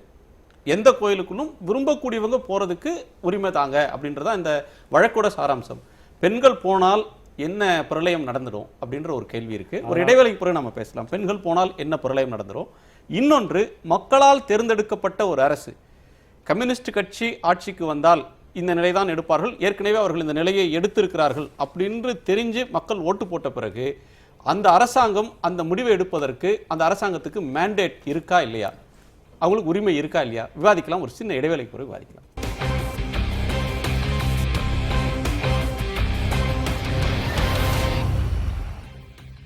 காலத்தின் குரல் தொடர்கிறது. சபரிமலையில் அனைத்து வயதைச் சேர்ந்த பெண்கள் வயது வித்தியாசமின்றி சபரிமலைக்குள் சென்று வழிபடுவதற்கு அனுமதி அளிப்பதற்கு தயார் என்ற நிலையை கேரள மாநில அரசு எடுத்திருக்கிறது. அந்த முடிவை உச்சநீதிமன்றத்தில் தெரிவித்திருக்கிறது. அதை பற்றி வாய்த்து கொண்டிருக்கிறோம். திரு ரமேஷ், நீங்கள் சொன்ன வாதத்திலே இருந்து தொடங்கலாம். காலங்காலமாக பின்பற்றப்பட்டு வந்த ஒரு மரபு அப்படின்ற ஒன்று அல்லது நம்பிக்கை, தீண்டாமையை கடைபிடிச்சவங்களுக்கு கூட அந்த நாட்களில் இதே வாதம் பொருந்தும். இது எங்களுடைய மரபு, நான் இருவரை சமம்னு நான் நினைக்கல, நான் உயர்ந்தவன் நீ தாழ்ந்தவன், இது என்னுடைய பெற்றோர் என்னுடைய முன்னோர் கடைபிடிச்ச ஒரு மரபு, எனவே அதை நானும் பின்பற்றுறேன், இது என்னுடைய நம்பிக்கை, இது யாரும் கொஸ்டின் பண்ண முடியாது அப்படின்ற வாதம் அந்த நாட்களில் கேட்க தொடங்கியிருக்கோம். ஆனால் இன்னைக்கு ஒரு நாகரிக சமூகத்தில் எல்லா மனிதர்களும் சமம் அப்படின்றது ஒவ்வொரு கட்டத்திலும் பெண்களே பல துறைகளில் இப்போ மேலெழுந்து வர்றதை பார்க்குறோம். ஒரு 100 வருஷத்துக்கு முன்னாடி பெண்கள் நுழையவே முடியாதுன்ற துறையில் பெண்கள் பல இடங்களில் வர்றதை பார்க்குறோம். இதெல்லாம் சமூகத்தோட வளர்ச்சி போக்கு அப்படின்னு பார்க்குற நம்மால் ஏன் இந்த விஷயம்னு வரும்போது நம்பிக்கை அப்படின்னு கொடுக்குறோம்? இல்லை, நான் முன்னாடியே சொன்ன மாதிரி சோஷியல் ப்ராக்டிசஸ்க்கும் ரிலீஜியஸ் ப்ராக்டிசஸ்க்கும் ஒரு வித்தியாசம் இருக்குது. இதை வந்து சில சமயம் ஒன்றுக்கு ஒன்று கிட்டத்தட்ட பார்டரிங் லெவலில் இருக்கலாம். ஆனால் சமூகத்தில் இருக்கக்கூடாது என்று நினைத்ததை சட்டமாக போட்டார்கள், அதை நடைமுறைக்கு கொண்டு வந்தார்கள், அது ஏற்றுக்கொள்ளப்பட்டது எல்லாராலும். இப்பொழுது அதை பெரும்பாலும் யாரும் விரும்புவதில்லை. அந்த மாதிரி கட்டுப்பாடுகளோ அந்த மாதிரி தீண்டாமையோ பண்ண வேண்டும் யாரும் விரும்புறதில்லை. அதே சமயம் இன்றைக்கி நீங்கள் ஒரு சட்டம் போடுறீங்கன்னு வச்சுக்கோங்க, கண்டிப்பாக கலப்பு திருமணம் தான் செய்து கொள்ள வேண்டும் அப்படின்னு. அது வந்து இல்ல யாரையும் கண்டிப்பா அப்படி சொல்ல முடியும். அதான் சொல்றேன். இதுவுமே கண்டிப்பாக எல்லா பெண்களும் போக வேண்டும் அப்படின்னு சொன்னா திணிப்பு. எல்லா பெண்களும் ஒரு முறையேனும் அந்த கோயிலுக்குள் சென்று வர வேண்டும் அங்கதான் சொன்னா சொல்ல திணிப்பு. வரேன். அங்கதான் சொல்ல வரேன். விரும்பக்கூடிய பெண்கள் போவதற்கு இவங்க அனுமதிக்கணும்ன்றதானே சொன்னாங்க, ராதிகான ஒரு ஊடகத்தை சேர்ந்த ஒருத்தர் போனாங்க, அதனால இப்போ எல்லாரும் போகலாம் அப்படின்னு. ஒருத்தர் போகிறதுனால 1 கோடி பேர் போகலான்னு இவங்க சொன்னாங்கனாக்க, இன்னைக்கு கேரளாவில் பல பெண்கள் அந்த 10லேருந்து 50 வயதுக்குள்ள இருக்கக்கூடிய பெண்கள் I am willing to wait அப்படின்னு ஒரு பெரிய ஒரு இயக்கமே நடத்துகிறாங்க. நாங்கள் வந்து சபரிமலைக்கு எங்களுக்கு எப்பொழுது அந்த வயது வருகிறதோ அப்பொழுது செல்கிறோம் என்று லட்சக்கணக்கானோர் அதில் இருக்காங்க. இது காட்டுகிறது இது மத சார்ந்த நம்பிக்கை. இல்ல நீங்க சொல்ற இது எல்லா விஷயத்துக்கும் இன்னொரு தரப்பு இருக்கும். அதாவது இந்த பியூரிட்டி தூய்மை அப்படின்னு சொல்றப்ப அதை எதிர்க்கிறோம்னு ஒரு பெண்கள் கேம்பெயின் பண்ணது மாதிரி நாங்க we are willing to wait. ஒரு நிமிஷம் நான் என்னோட கேள்வி முடிச்சிடுறேன். we are willing to wait. எனக்கு 50 வயது நிறைவடையும் வரை நான் காத்திருக்கிறேன் ஐயப்பனை தரிசிக்கிறதுக்கு அப்படின்னு சொல்றது ஒரு தரப்பு. இல்ல நான் காத்திருக்க தயாரா இல்ல, நான் முன்னாடியே போய் தரிசிக்கணும் அப்படின்னு ஒருத்தங்க கேட்டா அதை எப்படி நீங்க மறுப்பீங்க? அது எப்படி நான் மறுப்போம் அப்படின்னாக்க, நான் முன்பே சொன்ன மாதிரி இந்த கோயிலில் இந்த பூஜை விதிப்படி இதுதான் செய்ய வேண்டும் என்ற நம்பிக்கை, மத நம்பிக்கை லட்சக்கணக்கானுக்கு இருக்கிறது. அதை நான் ஒருவன் என்னுடைய உரிமை பாதிக்கப்படுகிறது என்று கேட்பேனானால் அதை நாங்கள் ஏற்றுக்கொள்ள முடியாது என்று சொல்லுகின்ற உரிமை லட்சக்கணக்கானோருக்கு இருக்கிறது. பெரும்பான்மை தீர்மானிக்க பெரும்பான்மையும் அவங்களுக்கு மத உரிமை இருக்குல்ல. இல்ல இதுல வந்து நியாய உணர்ச்சின்றத எண்ணிக்கையின் அடிப்படையில் தீர்மானிப்பீங்களா? இல்ல அவங்களும் நியாயமா தான் தீர்மானம் பண்றாங்க. இந்த கோயில்ல இப்படிதான் பூஜை நடத்த வேண்டும் என்ற வழி வழியாக வந்திருக்குது, அதை தொடர வேண்டும் என்ற அதுதான் நியாயம் என்று சொல்கிறார்கள். பேராசிரியர் வந்து ஏதாவது ஆதாரம் இருக்கான்னு உண்மையாவே தெரியல. வழி வழியாக இப்படி வந்திருக்கு அப்படின்றது நிறைய இருக்கு. பேராசிரியர் ரமேஷ் அவர்கள் சொல்றது 2 பாயிண்ட். ஒன்று, இதை பிரிச்சு பார்க்கணும். தீண்டாமையோ சதியோ குழந்தை திருமணமோ தேவதாசி முறையோ இதெல்லாம் வந்து ஒரு சமூகம் சார்ந்த பிரச்சனைகள். நம்பிக்கை சார்ந்ததுனா கூட அதை வந்து 2 வகையா பிரிக்கணும். மதம் சார்ந்த நம்பிக்கை, சமூகம் சார்ந்த பிரச்சனை அப்படின்னு 2 வாரியாக பிரிக்கணும். இன்னொன்று ஒரு மெஜாரிட்டி உணர்வு, பெரும்பான்மையாருடைய உரிமை, பெரும்பான்மையாருடைய உணர்வு அப்படின்ற விஷயத்தை சொல்றாரு. பெரும்பான்மை உணர்வுக்கு எதிராக ஒரு முடிவு எடுக்க முடியுமான்ற கேள்வி எழுப்புறாரு. இல்லை, முதல் விஷயம் மத நடைமுறை வேறு, சமூக நடைமுறை வேறு அப்படிங்கிறாரு. சமூக நடைமுறைகளில் மாற்றங்கள் கொண்டு வரலாம் என்று அவரை ஏற்றுக்கொள்கிறார். மத நடைமுறை என்பது அந்தந்த மத தலைவர்கள் தீர்மானிக்க வேண்டியது, அல்லது அந்த கோவில் பூசாரிகள் தீர்மானிக்க வேண்டும். இதை நான் முழுமையாக உடன்படுறேங்கிறேன். பிரச்சனை இந்த பெண்களை அனுமதிக்க மாட்டோம் என்பது மத நடைமுறையே அல்லங்கிறேன் நான். இது பக்கா சமூக நடைமுறை. பெண்களை உள்ள அனுமதிச்சா அந்த புனிதம் கெட்டு போகும் என சொல்வது ஆண்களுடைய பழைய கட்டுப்பட்டித்தனம். அதுதான் இங்கே நிற்கிது. நீங்கள் வந்து நாங்கள் வந்து இப்படித்தான் தீபாராதனை காட்டுவோம், இத்தனை முறை தான் காட்டுவோம், இத்தனை தட்டுக்கள் உள்ள தீபாராதனை இதை வச்சு தான் பண்ணுவோம் என்றால் அதெல்லாம் மதம் சார்ந்தது. இது இந்த மாதிரி தான் மாலை போடுவோம், இன்னன்னைக்கு இந்தந்த மாதிரி அலங்காரம் பண்ணுவோம். இதில் யாருமே நான் சொல்லுவேன் தலையிடக்கூடாது என்பேன். ஆனால் ஆண் இந்து நுழையக்கூடிய ஒரு கோயிலில் பெண் இந்து நுழையக்கூடாது என்பது மத நடைமுறையா? இது முழுக்க முழுக்க சமூக நடைமுறை. ஐயா அவர்கள் ஏற்றுக்கொண்டது போல ஏற்கனவே பழைய சமூக நடைமுறைகள் எல்லாம் மாற்றம் கண்டிருக்கின்றன என்றால் இந்த சமூக நடைமுறையும் மாற்றம் காண வேண்டும். இன்னும் சொல்ல போனால் தடுப்பது என்பது அரசியல் சாசன விரோதம். ஆகவே தான் அந்த அடிப்படையிலே வழக்கு தொடுக்கப்பட்டிருக்கு. அவங்க சொல்றாங்க, நாங்க காத்திருக்க தயார் என்று இந்து பெண்களிலே ஒரு சாரார் இயக்கம் நடத்துறாங்க. அந்த கருத்து இருக்க தான் செய்யும். அதே நேரத்தில் இந்த மாதிரியாக அந்த இயற்கை போக்கு இருக்கே, இது எங்களுடைய பெருமைக்குரியது. இந்த பெருமையோடு நாங்கள் அந்த கோயிலுக்கு செல்ல விரும்புகிறோம் என்றும் லட்சக்கணக்கான இந்து பெண்கள் அங்கே இயக்கம் நடத்திட்டு இருக்காங்க. அதான் நான் எடுத்த உடனே சொன்னேன், ஓராண்டு காலமாக அந்த இயக்கம் நடந்து கொண்டிருக்கு. வழக்கு போட்டிருப்பதே இந்து பெண்கள் தான். ஆகவே அதுக்குள்ளே இருந்து தான் வருது. இதில் பெரும்பான்மை சிறுபான்மைன்னா நான் என்ன சொல்றது, அப்படி எல்லாம் அதுக்கு தனியாக வாக்கெடுப்பு நடத்தணும். சில இடங்களில் சில மதங்களுக்குள்ள அதெல்லாம் நடக்குது எனக்கு தெரியும். அதுக்கு அவங்க தயாரா? அந்த மாதிரி 2 தரப்பும் பிரச்சாரம் பண்ணுவோம். இந்துக்களே, குறிப்பா இந்து பெண்கள் வாக்களிச்சு முடிவு பண்ணட்டும் என்று சொல்லத்தான் அவங்க ஒப்புக்கொள்வாங்களா? இல்ல இதுல பெரும்பான்மை சிறுபான்மை நீங்க சொன்னீங்க. அவர் நண்பர் கேட்கிறாரு. நான் என்ன பெரும்பான்மை சொன்னா, எவ்வளவு பேருக்கு நான் வருகிறேன் என்ற உரிமை இருக்கிறதோ அவ்வளவு, அதை விட அதிகமான பேருக்கு பூஜை இப்படிதான் நடந்து வந்தது, இப்படி நடக்க வேண்டும், நெறிமுறை இப்படிதான் இருந்தது, அப்படி நடக்க வேண்டும். நான் பூஜை நீங்க சொல்வது ரொம்ப சரிங்கிறேன். ஆண் இந்து வரக்கூடிய ஒரு கோயிலில் பெண் இந்து வரக்கூடாது என்பது பூஜா நடைமுறை அல்ல. இதைதான் சொன்னேன். இது சமூக பாலின பாகுபாடு, ஒதுக்கல், தீட்டு என்கிற மிக மோசமான கற்பனை கருத்தியலால் பெண் ஒடுக்கப்படுவது. நான் இன்னொன்னு சொல்ல விரும்புறேன், நீங்க லேசா ஆரம்பிச்சுங்க. அவரும் கூட பெருமையா சொன்னாரு, சிதம்பரம் கோயில்ல இந்த சட்டமெல்லாம் வருவதற்கு முன்பே அங்கே தலித்துகளுக்கு கோவில் திறந்து விடப்பட்டது என்று. உண்மை என்னன்னா 1930களில் சிதம்பரம் கோயில் தலித்துகள் நுழைவு கிடையாது.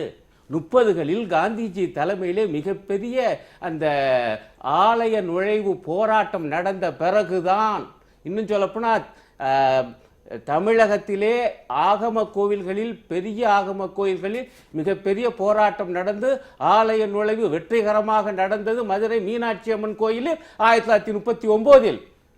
அதற்கு பிறகுதான் பல கோவில்களில், பழனி, அப்பொழுது கூட காந்தி வந்து சிதம்பரத்துக்கு வருகிறார் என்றவுடன் அவர் வந்து எங்க தலித்துகளை அழைத்து கொண்டு கோயிலுக்குள் வந்து விடுவாரோ என்று அவருக்கு எதிராக எவ்வளவு பெரிய இயக்கம் நடந்தது என்பதை நண்பர் தயவு செய்து படித்து பார்க்க வேண்டும்.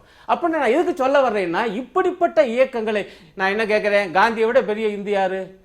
இந்து மதத்துக்குள்ள இருந்து தான் சீர்திருத்த வழங்குது. ஒரு பெரிய இந்து கிடையாது. இல்ல அப்ப சொல்லுங்க, நேயர்கள் தெரிஞ்சுக்கிட்டு உங்க கருத்து என்னன்னு. இல்ல என்ன முடிக்க விடுங்க, நீங்க சொன்னதுனால சொல்ல வரேன். நான் என்ன சொல்ல, பெரிய அரசியல்வாதி, ஒரு பெரிய அரசியல் தியாகி. ஆனா இந்து மதத்துல அத்தாரிட்டி எல்லாம் சொல்ல முடியாது. ரமேஷ், இந்துவா ஒரு இந்து ஒருவரை வந்து சிறந்த இந்துவா, சுமாரான இந்துவா, பெரிய இந்துவா அப்படிலாம் சர்டிபிகேட் தரதுக்கு யாருக்கு உரிமை இருக்கு? அப்படின்னு நிறைய சர்டிபிகேட் கொடுக்கிறதுக்கு காந்திக்கு ஒரு பெரிய இந்து உண்டான்னு கேட்டதனால தான் காந்தி மகான் ரமேஷ் அவர்கள் இல்ல ரொம்ப நல்லது. இந்துங்கிறதுக்கும் வித்தியாசம் இருக்கு. காந்தியமா நம்ம இல்ல அதுக்கு பதில் சொல்றேன், ரொம்ப நல்லது அவருடைய கருத்து அது. நான் நினைக்கிறேன் அவர் ஒரு சிறந்த இந்துன்னு. அவர் வந்து தலித்துகளுக்கு முடிச்சிருங்க கோவில்கள் இல்லைங்க, நான் திசை திருப்பல, அவர் தான் பிரச்சனை எழுப்பினாரு. நீங்க பேசுற வாதம் தவறானது. இல்லங்கய்யா, கொஞ்சம் பேச விடுங்க. கோவில்களுக்கு அனைத்து இந்துக்களும் போக வேண்டும், கோவில் நுழைவு நடக்க வேண்டும் என்று அவர் இயக்கம் நடத்திய பிறகுதான் இது நடந்தது. ஏன் அதற்கு முன்பே நீங்க யாரை சிறந்த இந்து என சொல்கிறீர்களோ அந்த இந்து தலைவர் யாராவது அப்படி தலித்துகளுக்கு ஆகம கோயில்களை திறந்து விட வேண்டும் என்று ஏன் இயக்கம் நடத்தவில்லை? இல்ல சொல்லுங்க, நீங்க அவர் சிறந்த இந்து இல்லைங்கிறீங்க, வேற எந்த சிறந்த இந்து இயக்கம் நடத்துறீங்க? நீங்க வந்து காந்தியை சிறந்த இந்துன்னு சொல்றதுக்கு காரணம் ஒரு காரணத்தை வச்சு நீங்க சொல்றீங்க. நாங்க பல காரணம் வச்சு சொல்றோம். இது ஒரு நல்ல காரணம், பல கெட்ட காரணம் இருக்கு காந்தி நல்ல இந்து இல்லன்னு சொல்றதுக்கு. நான் அதுக்குள்ள கூட போலங்க நண்பரே. இல்ல வேண்டாம், இப்ப நான் வேற எந்த சிறந்த இந்து தலித்துகளுக்கு கோவில்களை திறந்து விட சொன்னா கம்யூனிஸ்ட் அரசு இந்த வழக்கிலே சுப்ரீம் கோர்ட்ல இந்த அரசாங்கம் மாறின பிறகு தீபக் மிஸ்ராங்கிற மாண்புமிகு நீதிபதி கேட்கிறாரு, இப்போ உங்களோட கவர்மெண்டோட நிலைப்பாடு என்ன என்று கேட்கிறார். அப்பொழுது இல்லை, சென்ற அரசுக்கு கொடுத்த நிலைப்பாடு தான் சொல்றாங்க. அதுக்கப்புறம் இப்ப மாற்றிருக்காங்க. இல்ல மாற்றிருக்காங்க. அவங்க சொன்னது வந்து கன்சிடர்டு ஒப்பீனியன், நாங்க தீர யோசித்து முடிவை சொல்றோம் அப்படின்னு தான் அன்னைக்கு சொன்னாங்க. இன்னைக்கு நான் சொல்றேன், நாளைக்கே இது வந்து இவங்க வந்து ஏதோ இதை தான் ஓட்டு பிரச்சனையை நிலைநிறுத்தி இது நாங்கள் வந்து பெண்களை அனுமதிப்போம், அதற்காக எங்களுக்கு ஓட்டு போடுங்கள், வேற பிரச்சனை எதுவும் நாங்கள் பேசவில்லை என்று வெற்றி பெற்றது போல இவங்க சொல்றாங்க. கேரளாவில் நடைமுறை என்னன்னா, இந்த அரசு வரும், அடுத்த அரசு கம்யூனிஸ்ட் வரும், அடுத்தது காங்கிரஸ் வரும், இப்படிதான் மாறி மாறி வருது. நாங்க வந்து இருங்க பாயிண்ட் வந்து இப்ப இந்த அரசு வந்திருக்கு, இது வந்தது அந்த மக்கள் தேர்ந்தெடுத்து ஓட்டு போட்டு வந்த ஒரு அரசு. நான் ஒரே அரசு மாறினு சொல்லட்டுமா? ஒரே அரசு மாறினு சொல்லட்டுமா? ராமர் என்பது ஒரு கற்பனையான ஒரு பாத்திரம் அப்படின்னு சொன்ன காங்கிரஸ் அரசு அதுவே தன்னோட நிலைப்பாட்டை மாற்றிடுச்சு. என்ன காரணம்? எதிர்ப்பு வந்தோன்னு மாற்றியது. அதே போல இன்றைக்கு பெரிய அளவில் திடீரென்ற எதிர்ப்பு வந்தால் இந்த விஷயத்தில் கம்யூனிஸ்ட் மாற்றிக்கொள்வார்கள்.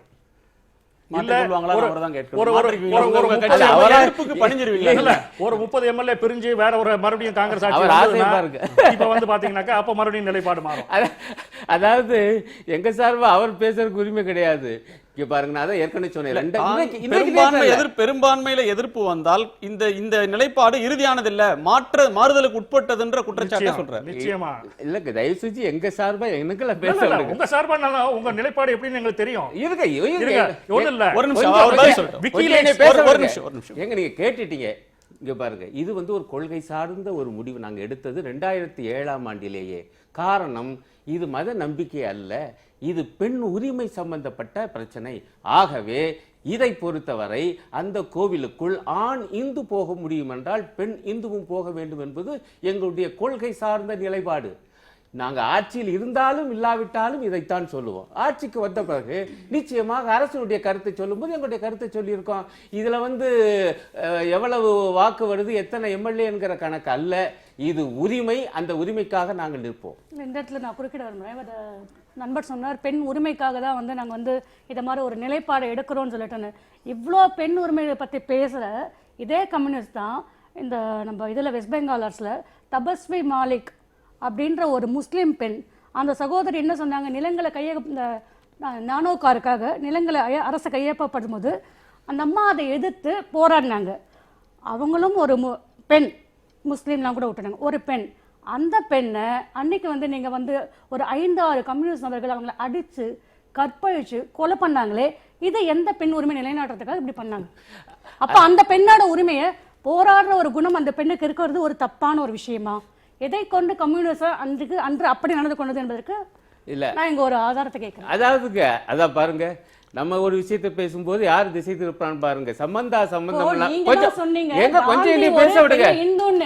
அதனாலதான் இது எல்லாமே வருது. நீங்க சம்பந்தம் இல்லாத விஷயங்களை நீங்க பேசினா நாங்களும் மறுதளிச்சு பேச வேண்டிய கட்டாயத்தில் இருக்கிறோம். காந்தியடிகளை ஒரு பெரிய இந்து சிறந்த ஒரு விமர்சனத்துக்குரிய விஷயமா கம்யூனிஸ்ட்வாதிகள் பேசலாம், ஒரு நடுநிலையாளர் இப்படி பேசக்கூடாது. நீங்கள் ஒரு நடுநிலையாளர் இருக்க வேண்டியவர், நீங்கள் இப்படி பேசக்கூடாது. சிறந்த இந்து தான், ஆனா அவர் தான் மிக சிறந்த இந்து, அவரை விட சிறந்த இந்து இல்லைன்னு சொல்ல முடியாது. நான் என்ன சொல்றேன், சபரிமலைக்கு இல்ல நான் முடிச்சேன் சொல்லிட்டாங்கல்ல. பெண் உரிமை பிரச்சனை அல்ல அது, அது நில உரிமை சம்பந்தப்பட்ட பிரச்சனை. எங்களுடைய கட்சி கொஞ்சம் பேச விடுங்க. கொஞ்சம் என்ன இது என்ன பண்புங்க, இது என்ன பண்பு நீங்க எல்லாம் பேசுறீங்க? அது ஒரு நில உரிமை பிரச்சனை. அதை நாங்கள் எங்களுடைய அரசு சரியாக கையாளவில்லை என்று சுய விமர்சனம் செய்து கொண்டிருக்கிறோம். ஆகவே அது தனி சப்ஜெக்ட், அதை பத்தி நம்ம தனியா பேசலாம். பெண் உரிமை என்பது என்ன அர்த்தம்? ஆண் ஒரு இடத்துக்குள் நுழைய முடியும் என்றால், இந்து ஆண் ஒரு கோவிலுக்குள் நுழைய முடியும் என்றால், ஏன் பெண் இந்து போக முடியாது, போக கூடாது? இதுதான் பெண் உரிமை என்பது. இதையும் அதையும் போய் சம்பந்தம் இல்லாம முடிச்சு போட்டா என்ன அர்த்தம்?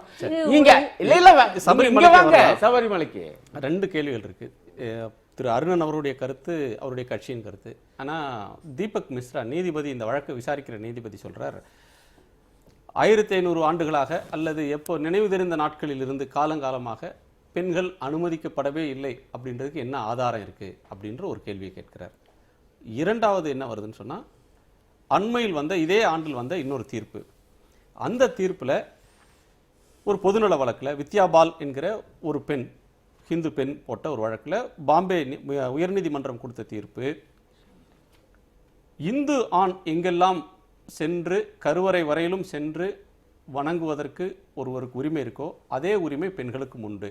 அதை மறுத்தால் அது Maharashtra Hindu place of worship entry authorisation act 1956 1956ஆம் ஆண்டு மகாராஷ்டிரா மாநில வழிபாட்டு உரிமை சட்டத்துக்கு எதிரானது. அப்படி யாராவது தடுத்தால் அது அவர்களுக்கு 6 மாத கால சிறை தண்டனை கூட விதிக்கலாம் அப்படின்னு அந்த சட்டம் இருக்கு. எனவே இந்த கோயிலில் திறந்து விடுகிறோம்னு சொல்லி ஷானி ஆலய வழக்கில் சொன்னாங்க. இப்போ இந்த மாறி வரும் போக்குகளை நம்ம கணக்கில் எடுத்துக்கொள்ளாம இருக்க முடியுமா? இல்லை, நான் அப்படி சொல்ல வரல. நம்ம நீங்கள் சொன்ன மாதிரி 21ஆம் நூற்றாண்டு கேட்ட மாதிரி நம்ம நிறைய விஷயங்கள்ல நிறைய மாற்றங்கள் வந்திருக்கு. நீங்கள் சொன்ன மாதிரி 100 ஆண்டுகளுக்கு இருந்த மாதிரி பெண்கள் இப்போ இல்லை, எல்லா துறைகளையும் முன்னேறி கொண்டு தான் வராங்க. இருந்தாலும் அந்த குறிப்பிட்ட அந்த சபரிமலை கோவிலில் மட்டும் பார்த்தீங்கன்னா அதுக்கு அவர் என்ன ஆதாரம் இருக்குன்னு சொல்லி அவர் கேட்டிருக்கார் நீதிபதி அவர்கள். நான் சட்டத்தை மதிக்கிறேன், சட்டத்துக்கு எதிராக பேசுறதுக்கு நான் ஒரு நாளும் நான் விரும்ப மாட்டேன்.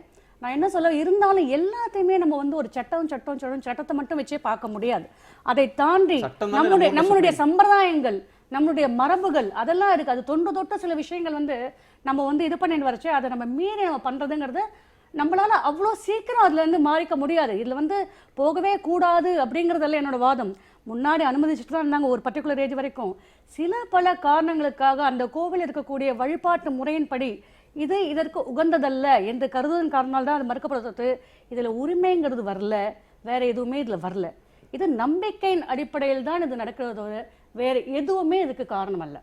இல்ல என்னன்னா ஒரு 100 வருஷங்களுக்கு முன்னாடி அருணன் தோழர் சொன்ன மாதிரி தாழ்த்தப்பட்டவர்களே கூட ஆலயத்திற்குள் நுழைந்திருக்க முடியாது, அதையும் நம்ம மத நம்பிக்கை அப்படின்னு தான் இன்றைக்கு வரைக்கும் பேசிக்கொண்டிருப்போம். ஒரு சட்டம் அப்படின்றது நடைமுறைக்கு வரலைன்னா அதுவும் மத நம்பிக்கையா மட்டும்தான் பார்க்கப்பட்டிருக்கும்.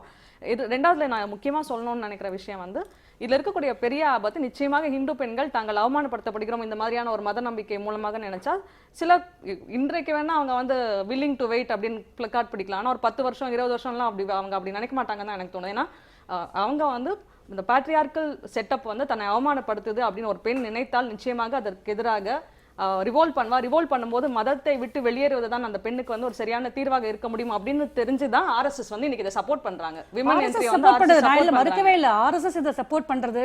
நான் ஆர்எஸ்எஸ் அதே மாதிரி இதே நேரத்தில் இன்னொருத்தையும் கவனிக்கணும் சகோதரி. இப்போ வந்து கேரள மாநிலத்தில் இருக்கக்கூடிய பாஜக தலைவர் என்ன சொல்லியிருக்காருன்னா இந்த விஷயத்துல ஒரு பொது கருத்து கேட்கப்பட வேண்டும். தனிப்பட்ட பொது கருத்தை பொதுவாக கேரளாவை சேர்ந்த பொதுமக்கள் எல்லோருக்கும் கேட்கிறதா? சபரிமலைக்கு வந்து இந்தியா முழுக்க பக்தர்கள் வருகிறார்கள், அவங்களுக்கெல்லாம் கேரளா மட்டும் நம்ம அல்லது பெண்கள் பெண்கள்கிட்ட மட்டும் கேட்கிறதா? ஆமா, பெண்கள்கிட்ட கேட்கணும். ஆமா, ஆனா ஒண்ணு கேட்கும்போது அவங்க வந்து நிச்சயமா அதுதான் சொன்னேன், இது வந்து இந்துக்களுக்குள்ளே வர வேண்டிய ஒரு மாற்றம். பெண்கள்கிட்ட தாராளமாக கேட்கலாம். ஏன்னா அவங்க பூஜைக்கு வீட்டில் வந்து 48 நாள் விரதம் இருக்கிறதுக்கு முழுக்க முழுக்க துணை செய்பவர்கள் அந்த பெண்கள் தான். இந்த பெண்கள் துணை செய்யலைன்னா ஆண்களால் விரதம் இருக்கவே முடியாது. இந்த பூஜை குறைஞ்சிட்டுலாம் வருது. 48 நாள்ன்றது சிலர் கடைபிடிக்கிறாங்க, சிலர் வந்து குறைவான நாட்களும் கடைபிடிக்கிறாங்க. அதுதான் காரணம். வேல்யூஸ் குறைஞ்சதுன்னா இந்த மாதிரி விபரீதங்கள் நடக்கும். வேல்யூஸ் யார்கிட்ட குறைஞ்சிருச்சு? இந்துஸ்ட் தான் குறைஞ்சிருக்கு. இந்துஸ்ட் தான் குறைஞ்சிருக்கு வேல்யூஸ். பெண்கள் கோவிலுக்குள்ள போறது விபரீதம் இல்லை. அதாவது எது சரி, எந்த கோயிலுக்கு எது சரி, அதுங்க மாற்றம் பண்ணக்கூடாது. இதான் சொன்னேன். இந்த கோயிலில் இந்த நடைமுறைனா அதை மாற்றுறது விபரீதம். அது எப்படி பாதிக்கும் எப்போ பாதிக்கும் நம்ம சொல்ல முடியாது. நீங்கள் கேட்டீங்க என்ன பிரளயம் வரும்னு. ஒரு சிலை ஒரு கல்லை தூக்குனதுனால உத்தரகாண்டில் எவ்வளோ பெரிய வெள்ளம் வந்ததுன்னு இன்றைக்கி பல பேர் பேசியிருக்காங்க, ஆவணப்படுத்தியிருக்காங்க. ஆனால் அதை யாரும் இன்றைக்கி ஏற்றுக்கல. சரி, நடந்து விட்டது அப்படின்னு இருக்காங்க. ஒரு கல்லை இடம் மாற்றம் செய்ததால் எவ்வளோ பெரிய அழிவு உத்தரகாண்டில் வந்தது அப்படின்னு. நீங்க தெய்வ குத்தத்துக்கு ஆளாக முடியும்னு சொல்றீங்க. அதனுடைய பொருள் தான் தீபக் சென்னையில ஒரு வெள்ளம் வந்தது, அதுல நான் போல தீபக் மிஸ்ரா கேட்டதை நான் கேட்கிறேன். If man-made customs can prescribe such prohibition, man-madeங்கறார் அதுல தான் அடிப்படை தவறு இருக்கு. When the God doesn't discriminate between men and women, கடவுள் மனிதர்களை ஆண் பெண் ஒரு நிமிஷம் ஒருவர் கடவுள் படைத்த போது ஆண் பெண் என்ற பாகுபாட்டை காட்டவில்லை, உயர்ந்தவர் தாழ்ந்தவர் என்ற பாகுபாட்டை கடவுள் காட்டியிருக்க வாய்ப்பில்லை. ஆனால் மனிதன் உருவாக்கிய மரபு கஸ்டம்ஸ் வந்து அதன் பேரில் தடுக்க முடியுமா அப்படின்ற கேள்வியை நீதிபதி கேட்கிறார். அவர் நீதிபதியாக இருந்து கொண்டு இது மனிதன் ஏற்படுத்திய கட்டுப்பாடு என்று ஏற்கனவே முடிவு செய்து விட்டார். மேன்மேட் கஸ்டம் தான் அவர் சொல்றார். அவர் எப்படி முடிவு பண்ணாருன்னு சொல்ல அவர் கேட்கிறார். 1500 வருஷம் உங்களுக்கு ஆதாரம் இருக்கான்னு. அதே சமயம் இது மேன்மேட் கஸ்டம்னு அவர் எப்படி முடிவு பண்ணார்னு அவர் சொல்லலை. மேன்மேட் கஷ்டமாக தான் இருக்கணும்னு அவர் முடிவு பண்ணிட்டார். அதனால் அந்த கேள்வி கேட்கிறார். அதே பெஞ்சில் இருந்த ஜோசப் குரியன் என்ற ஹிந்து அல்லாத நீதிபதி கேட்கிறார், ஒரு டெய்டி இந்த கஸ்டம்ஸ் வந்து மேன்மேட் இல்லாம என்னவா இருக்க முடியும்? இல்ல அந்த டெய்டி அப்போ நம்ம எல்லாத்தையும் கேள்வி கேட்க வேண்டியதான். பகவத்கீதை வந்து கிருஷ்ணர் சொன்னாரா, குரானை வந்து நடைமுறையில் இருக்கு, நடைமுறை மரபுன்னு சொல்றது மனிதர்கள் உருவாக்குனதுன்ற ஒரு சாராம்சத்தில் தான் பைபிள் வேர்ட் ஆஃப் காட்ங்கறாங்களே, அது உண்மையா மனிதன் தான் சொல்லியிருக்க முடியும் அப்படின்னு நம்ம நிறைய கேள்வி கேட்கலாம். அங்கதான் நம்பிக்கைங்கிறது வருது. இப்போ நான் அந்த ஜோசப் குரியன்கிற நீதிபதி அவர் என்ன சொன்னார்னாக்க, if a deity does not want you, why do you want to go there அப்படிங்கிற கேள்வி அவரும் கேட்டிருக்காரு. ஆக இதோட இது வந்து கோர்ட்டே உணர்ந்திருக்கிறது. இதை வந்து அரசியல் சாசன ஒரு அமர்வுக்கு போய் தான் இது முடிவு செய்யணும் அப்படின்னு. முடிவு என்ன இருந்தாலும் நம்ம ஏற்றுப்போம். ஏன்னா சட்டத்தின்படி நம்ம நடக்கிறோம், இந்திய அரசியல் நிர்ணய சட்டப்படி நடக்கிறோம். ஆனால் நான் குறிப்பிட்டது மாதிரி அந்த இந்திய அரசியல் சட்டத்தில் இந்து கோயில்களில் நடக்கக்கூடிய சில உரிமை மீறல்களை மட்டும்தான் சரி செய்ய வேண்டும் என்று சொல்லியிருக்கிறது. மற்ற மதத்தில் நடக்கக்கூடிய உரிமை மீறல்களை பற்றி வாயே திறக்கல. இந்த அரசியல் சட்டம் வாயே திறக்கல. அரசியல் சட்டம் வழங்கின சமத்துவம் அப்படின்ற ஒரு பேஸ்ல இருந்துதான் அப்போ ஹாஜி அலி தர்காவுடைய விருப்பத்தின் மேலாக அந்த அவங்க வந்து தடை விதிச்சிருந்ததற்கு மாறாக அரசியல் சட்டத்தின் ஒளியில் நின்று அந்த வெளிச்சத்துல சமத்துவம்ன்ற வெளிச்சத்துல இருந்துதான் நீங்க வந்து ஒரு மதத்துக்கு சார்பாக இருக்கிறது இன்னொரு மதத்தை சொல்லலன்ற பார்வை சொல்லல. 25 இதே அரசியல் சட்டத்தோட உரிமையை பயன்படுத்தி தான் அந்த நீதிமன்றம் நான் பேசுறது மத நம்பிக்கை, தனிப்பட்ட நபரின் மத நம்பிக்கையை குறிக்கின்ற அரசியல் ஷரத்து 25 பற்றி பேசுகிறேன். அதில் வந்து இந்துக்களின் வழிபாட்டு தலங்களை எல்லோருக்கும் திறந்து விடுவது என்பதை பற்றி பேசியிருக்கிறது. ஏன் மற்ற மதங்களை இருக்கக்கூடிய உரிமை மீறல்களை பற்றி அது பேசவில்லை. அதே 25 பயன்படுத்தி தான் மும்பை நீதிமன்றம் ஹாஜி அலி தர்கா கேஸ்ல அதே 25 பயன்படுத்தி 3 சட்டப்பிரிவு சொல்றப்ப 25 பயன்படுத்தி தான் சொல்றாங்க. எனவே சமத்துவம் அப்படின்ற ஒன்றுல அந்த 25ல ஒரு உதாரணம் கொடுக்குறாங்க. என்னன்னா இந்த கிர்பான்ங்கிற கத்தி சீக்கியர்களுடைய வைத்துக்கொள்வது சீக்கியர்களுடைய அடிப்படை உரிமை அப்படின்னு கொடுக்குறாங்க. சரி, அடிப்படை உரிமை. நான் அடிப்படை உரிமைன்னு சொல்லிட்டு நான் பிளேனில் போகும்போது கிர்பான் வச்சிருக்க முடியும். நான் சீக்கியன், என்னுடைய அடிப்படை உரிமை அரசியல் சாசனம் உறுதி செய்திருக்கிறது, இதை நான் ஃப்ளைட்டில் போகும்போது வச்சுக்குவேன் அப்படின்னு சொல்ல முடியுமா? அப்போ ஒரு கட்டுப்பாடு வரும். இல்லை, இங்கே நீங்கள் வைத்துக்கொள்ள முடியாது அப்படின்னு. அடிப்படை உரிமையாக இருந்தாலும் எங்கு அது செயல்படும், எங்கு அது செயல்பட முடியாது என்பதையெல்லாம் பார்க்கின்றோம். அதனால் அடிப்படை உரிமைகளும் சில கட்டுப்பாடுகள் வருகின்றன. அதை வந்து 25 and 26 சேர்ந்து பார்க்கணும். இது நான் எதிர்ப்பை நான் எப்படி புரிஞ்சுக்கிறேன்னா, என்னுடைய இதை தெளிவுபடுத்துங்க. ஒவ்வொரு சீர்திருத்தம் அப்படின்ற விஷயம் வந்து எந்த காலத்திலும் 1920லயோ 1900 சீர்திருத்தங்கள் வந்து கொண்டுதான் இருக்கும். நீங்கள் சொன்ன மாதிரி சீர்திருத்தங்கள் வரும்போது வந்து கொண்டுதான் இருக்கும். எப்போதும் பழமைவாதிகள் அதை எதிர்ப்பார்கள். பழமைவாதியே கிடையாது. இல்ல, அந்த சீர்திருத்தத்தின் மீது எதிர்க்கக்கூடியவர்கள் ஒரு இது வந்ததுன்னா இவரோ மறுமலர்ச்சி நிறைய விஷயங்கள் வந்திருக்க எதிர்ப்பு இல்லாமல் எந்த சீர்திருத்தமும் நடைமுறைக்கு வந்ததில்லை இல்லையா?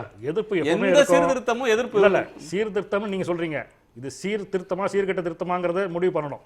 சட்டம் முடிவு பண்ணோம், அமர்வு முடிவு பண்ணோம். இல்லை, இது வந்து எந்த பெண்கள் தங்களுடைய தியாகத்தை செய்து அந்த பூஜைகளை ஏற்றுக்கொண்டு அந்த உறுதுணை செய்கிறார்களோ அதே பெண்கள் தான், ஐயப்பனிடம் முழுக்க முழுக்க நம்பிக்கை வைத்த பெண்கள் தான் நாங்கள் 10 வயதுக்கு முன்பாக செல்கிறோம் அல்லது 50 வயதுக்கு பிறகு செல்கிறோம் என்று சொல்கிறார்கள். அதை வந்து நீங்கள் என்ன சொல்கிறது, நான் உரிமையை நிலையாற்றேன் அப்படின்னு சொல்லக்கூடிய சில அந்த கோயில் வழக்கத்தில் 100% நம்பிக்கை இல்லாத கொஞ்சம் இருக்கும். ஐயப்பன்ற நம்பிக்கை இருக்கலாம், ஆனால் நிச்சயமாக இவங்கள மாதிரி இருக்காது. சரி, இல்லை, அதாவது சரத்து 25 என்று ஏதோ அது வந்து ஏதோ இந்து மதத்தில் சீர்திருத்தத்துக்கானது தான், அதுக்காக மட்டுமே என்பது போல ஒரு புதிய வியாக்கியானம் தர அதெல்லாம் கிடையாது. அதில் என்ன இருக்கு என்றால், மதத்தின் பெயரில் இத்தகைய பாகுபாடுகள் காண்பிக்க கூடாது என்றுதான் அதில் இருக்கு. இல்லைங்க, அதனால தான் அதே விதி அதை படிச்சு பாருங்க. படிச்சு பார்த்தாயா சொல்றேன். நீங்க வேணா தயவு செஞ்சு மீண்டும் படிச்சு பாருங்க. ஏன்னா அதே விதியை பயன்படுத்தி தான் இன்றைக்கு ஒரு முஸ்லிம் தர்காவிற்குள் பாகுபாடு காண்பிக்க கூடாது என்று சொல்ல முடிஞ்சிருக்குது நீதிமன்றத்தை. Point number 1. 2வது விஷயங்கய்யா, இது எல்லாமே வந்து பொதுவாக இந்த மாதிரியான நடைமுறைகள் அல்லது கட்டுப்பாடுகள் என்பது கடவுளின் பெயரால் தான் எப்போவுமே மதவாதிகள் சொல்லுவாங்க. ஆனால் இந்த கட்டுப்பாடை தளர்த்தினால், அதில் ஒரு மாற்றம் கொண்டு வந்தால் மிகப்பெரிய சிக்கல்கள் உருவாகும். அல்லது அவரே பயன்படுத்திய வார்த்தை பிரளயம் கூட வரலாம் என்று நான் அவருக்கு அன்போடு கேட்டுக்கொள்வேன். இப்படித்தான் தலித்துகளுடைய கோவில் நுழைவை நீங்கள் தடுத்து வந்தீங்க. இது கடவுளுடைய விருப்பம், அவங்க வரக்கூடாது என்பது, அல்லது சூத்திரர்கள் என்பவர்கள் எந்த அளவுக்கு வரணும், இது எல்லாமே கடவுளின் பெயர்கள் தான். கொஞ்சம் இருங்க. ஆனால் இப்போ 1939க்கு பிறகு ஆகம கோயில்கள் உள்ளிட்ட அவ்வளவுலையும் தலித்துகள் உள்ள போயாச்சு. என்ன பிரளயம் வந்துருச்சு? கடவுள் அப்படின்னு சொல்றாங்க. இருங்க, தயவுசெய்து நீங்க பேசும்போது நான் தலையில்லை. ஆனா நீங்க தவறான்னு சொல்லும்போது நான் தள்ளிட்டாகணும். அது என்ன தவறு? என் கருத்துங்க, அது உங்க கருத்தை நீங்க சொல்லுங்கய்யா, என்னங்கய்யா அது? ஆகவே அதனால ஒன்றும் பிரளயம் வரல என்பதுதான் வாழ்வு காட்டுகிற யதார்த்தம். 3வது மிக முக்கியமான அம்சம், தயவு செய்து இத்தகைய மாறுதல்கள் என்பது உள்ளே இருந்து வரணுங்கிறாரு. உள்ளே இருந்து தான் வருகிறது. அடுத்து நிச்சயமாக அது நீதிமன்ற முறைவன் மூலமாகவும் வரும். இப்ப சட்டம், நீதிமன்றம் இதையெல்லாம் விட்டுட்டு ஒரு பொது கருத்தை உருவாக்க வேண்டும் என்று கேரள பாஜக சொல்லுது என்றால், என்ன பொது கருத்து எப்படி உருவாக்க போறாங்க? வேணா உருவாக்கி கொண்டாந்து காமிக்கட்டும். ஏன்னா இதுவரைக்கும் எந்த முயற்சியும் இல்லையே. இன்னைக்கு நீதிமன்றத்துக்கு போன பிறகுதானே இப்படி ஒரு கருத்தை கூட சொல்றாங்க. ஏன் நீங்களே இந்துக்களுக்காக தான் நிக்கணும்னு சொல்றீங்க? அப்ப இந்து பெண்களுக்கான அந்த குரல் ஏன் உங்களிடமிருந்தே வரவில்லை? வராத பொழுதுதான் நீதிமன்றத்தை அணுகுறாங்க. இதுவரைக்கும் எந்த ஒரு சீர்திருத்தமும் இந்து மத தலைவர்கள் அல்லது இந்துக்களுக்காக இருக்கிற கட்சிகள் என சொல்லப்படக்கூடிய அமைப்புகள் இருந்து வந்ததே இல்லை. அதுதான் சிக்கல். அப்படி யாராவது சொன்னா அவர் வந்து சிறந்த இந்துவே இல்லைன்றாங்க. இதுதான் நடந்து கொண்டிருக்கு. இதெல்லாம் இப்படித்தான் நீதிமன்றம் போய் தான் விவாதம் நடந்துதான் வரும். சரி, நிறைவு செய்யலாம். உங்களுடைய நிறைவு கருத்து. இப்போ நண்பர் சொன்னார் வந்து இந்துக்களுக்காக இருக்கிற கட்சி பெரும்பாலான கட்சின்னு சொல்றீங்க, நீங்களே இந்துக்களுக்காக குரல் கொடுக்க மாட்டேங்கிறீங்களே ஏன்னு கேட்குறாரு. எங்களை விடுங்க, நாங்கள் இந்துக்களுக்காக குரல் கொடுக்கலன்னு நண்பர் சொல்கிற வாதத்தையே கூட அவரோட வாதத்துக்காக நான் இந்த இடத்துல ஒத்துக்கிறேன். நார்மலாக என்னோட ஒப்பீனியன் ஒத்துக்கிறேன். ஆனால் இவங்க சீனா வந்து ஒரு கம்யூனிஸ்ட் நாடு. இவங்க கம்யூனிஸ்ட் தத்துவத்தை தான் இவங்களும் ஃபாலோ பண்ணிட்டு இருக்காங்க. அப்போ சீனாவில் முஸ்லீம்ஸ் வந்து ஒரு மத உரிமைகளை கோரி ஒரு ஆர்ப்பாட்டம் நடத்தினாங்க. முஸ்லிம்கள் அல்ல. கம்யூனிஸ்டவாதிகளோட முஸ்லிம்கள் வாதம் அல்ல எப்படி அவங்க. இருக்கும் அதுல ஒரு சின்ன என்பதற்காக group. இதை நான் விளக்க இருங்க இல்ல அது அரசாங்க இப்ப விவகாரத்துல நீங்க ஏன் குறுக்கிடுறீங்க? ஏங்க நீங்க என்ன கடைசி பேச நேரத்துல சொன்னீங்கன்னு டைம் இல்ல, இல்லாட்டி நான் குறுக்கிட நீங்க மாட்டேன். பேசச்சே, அவர் நீங்க சம்பந்தம் சொன்னீங்க இல்லாம இல்லையா? சீனாவுக்கு கடைசி நேரத்துல போனா நான் பதில் சொல்ல நம்ம முடியாது. சபரிமலைக்கே வந்துருவோம். கம்யூனிஸ்டுக்கு எங்க நம்ம போறோம்? பத்தனம் திட்டாவுக்கு வந்துருவோம். முதல்ல சொல்லுவீங்க, நான் பொறுமையா பதில் இது சொல்லுவேன். பாருங்க, கம்யூனிஸ்டவாதிகளோட வார்த்தை இப்போ ஒண்ணு அப்போ ஒண்ணு இருக்குன்றதுக்காக சொல்ல வந்ததா இது. வேற எதுவும் இல்ல. அந்த அடிப்படையில் தான் நண்பர் சொல்றதை நான் விளக்கத்தை அது கொண்டு அப்ப அவங்க மத உரிமையில கோர்னாங்களே ஒரே காரணத்துக்காக 200 முஸ்லிம்களே இவர்கள் கொண்டாங்க. தவறான அவதூறு, தவறான கண்டிப்பாக இதற்கு ஆதாரம் உள்ளது. கொண்டார்கள். சரி, சபரிமலைக்கு அதாவது 6 மாசம் மசூதிகளை மூடினார்கள். சபரிமலை. அப்ப அவங்க மத அவதூறு, பொய் உரிமைகளை இவர்கள் பிரச்சாரம் தலையிட்டார்கள். முஸ்லிம்கள் என்கிற காரணத்தினாலே அல்ல, அவங்க சட்டவிரோதமான காரியங்கள்ல இறங்குனாங்க. நான் அந்த எப்படி விஷயத்துல நீங்க ஒரு படிச்சுட்டு தான் அரசியல்னால வந்து சொல்றேன். நீங்க தயவு என்ன செய்து வேணா போய் பண்ணிட சொல்லாதீங்க சைனால கடைசி நேரத்துல. தவறான புதிய விவாதத்தை அதை இன்னொரு நாள் கூட நம்ம விவாதிக்கலாம். சீனால அரசாங்கம் மத விஷயத்தில் தலையிட்டதே இல்லை. ஐயா திருப்தியா? நல்லது சொல்லுங்க. உங்களுடைய நிறைவு கருத்து என்ன? எல்லா மதங்களும் வந்து பெண்களை ஒடுக்குகிற இன்ஸ்டிடியூஷனா தான் இருக்கு. இந்து மதம் அதிகமா ஒடுக்குகிறது அப்படின்னு நான் நினைக்கிறேன். சூப்பர். இல்ல உண்மையாவே நான் அப்படிதான் நம்புறேன். இல்லைன்னா வந்து இந்து பெண்களுக்கும் இந்து ஆண்களுக்கும் நீங்க தனித்தனியான வேறுபாடுகளை வந்து பார்க்க மாட்டீங்க. இது ஆரம்ப காலத்துல இருந்து இருக்கு, ரொம்ப மோசமா இருக்கு, நிறைய விஷயங்கள்ல இருக்கு.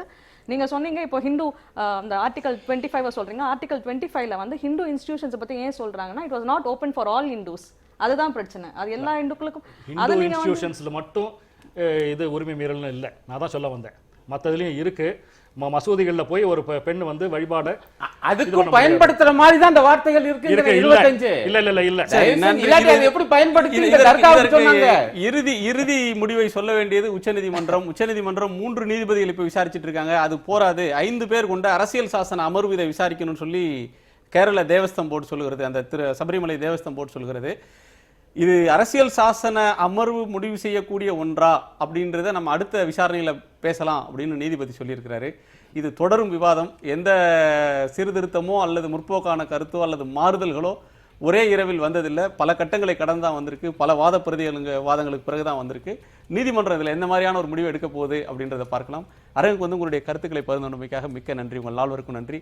மீண்டும் சந்திப்போம். இது காலத்தின் குரல். திக்கட்டும் பரவட்டும்.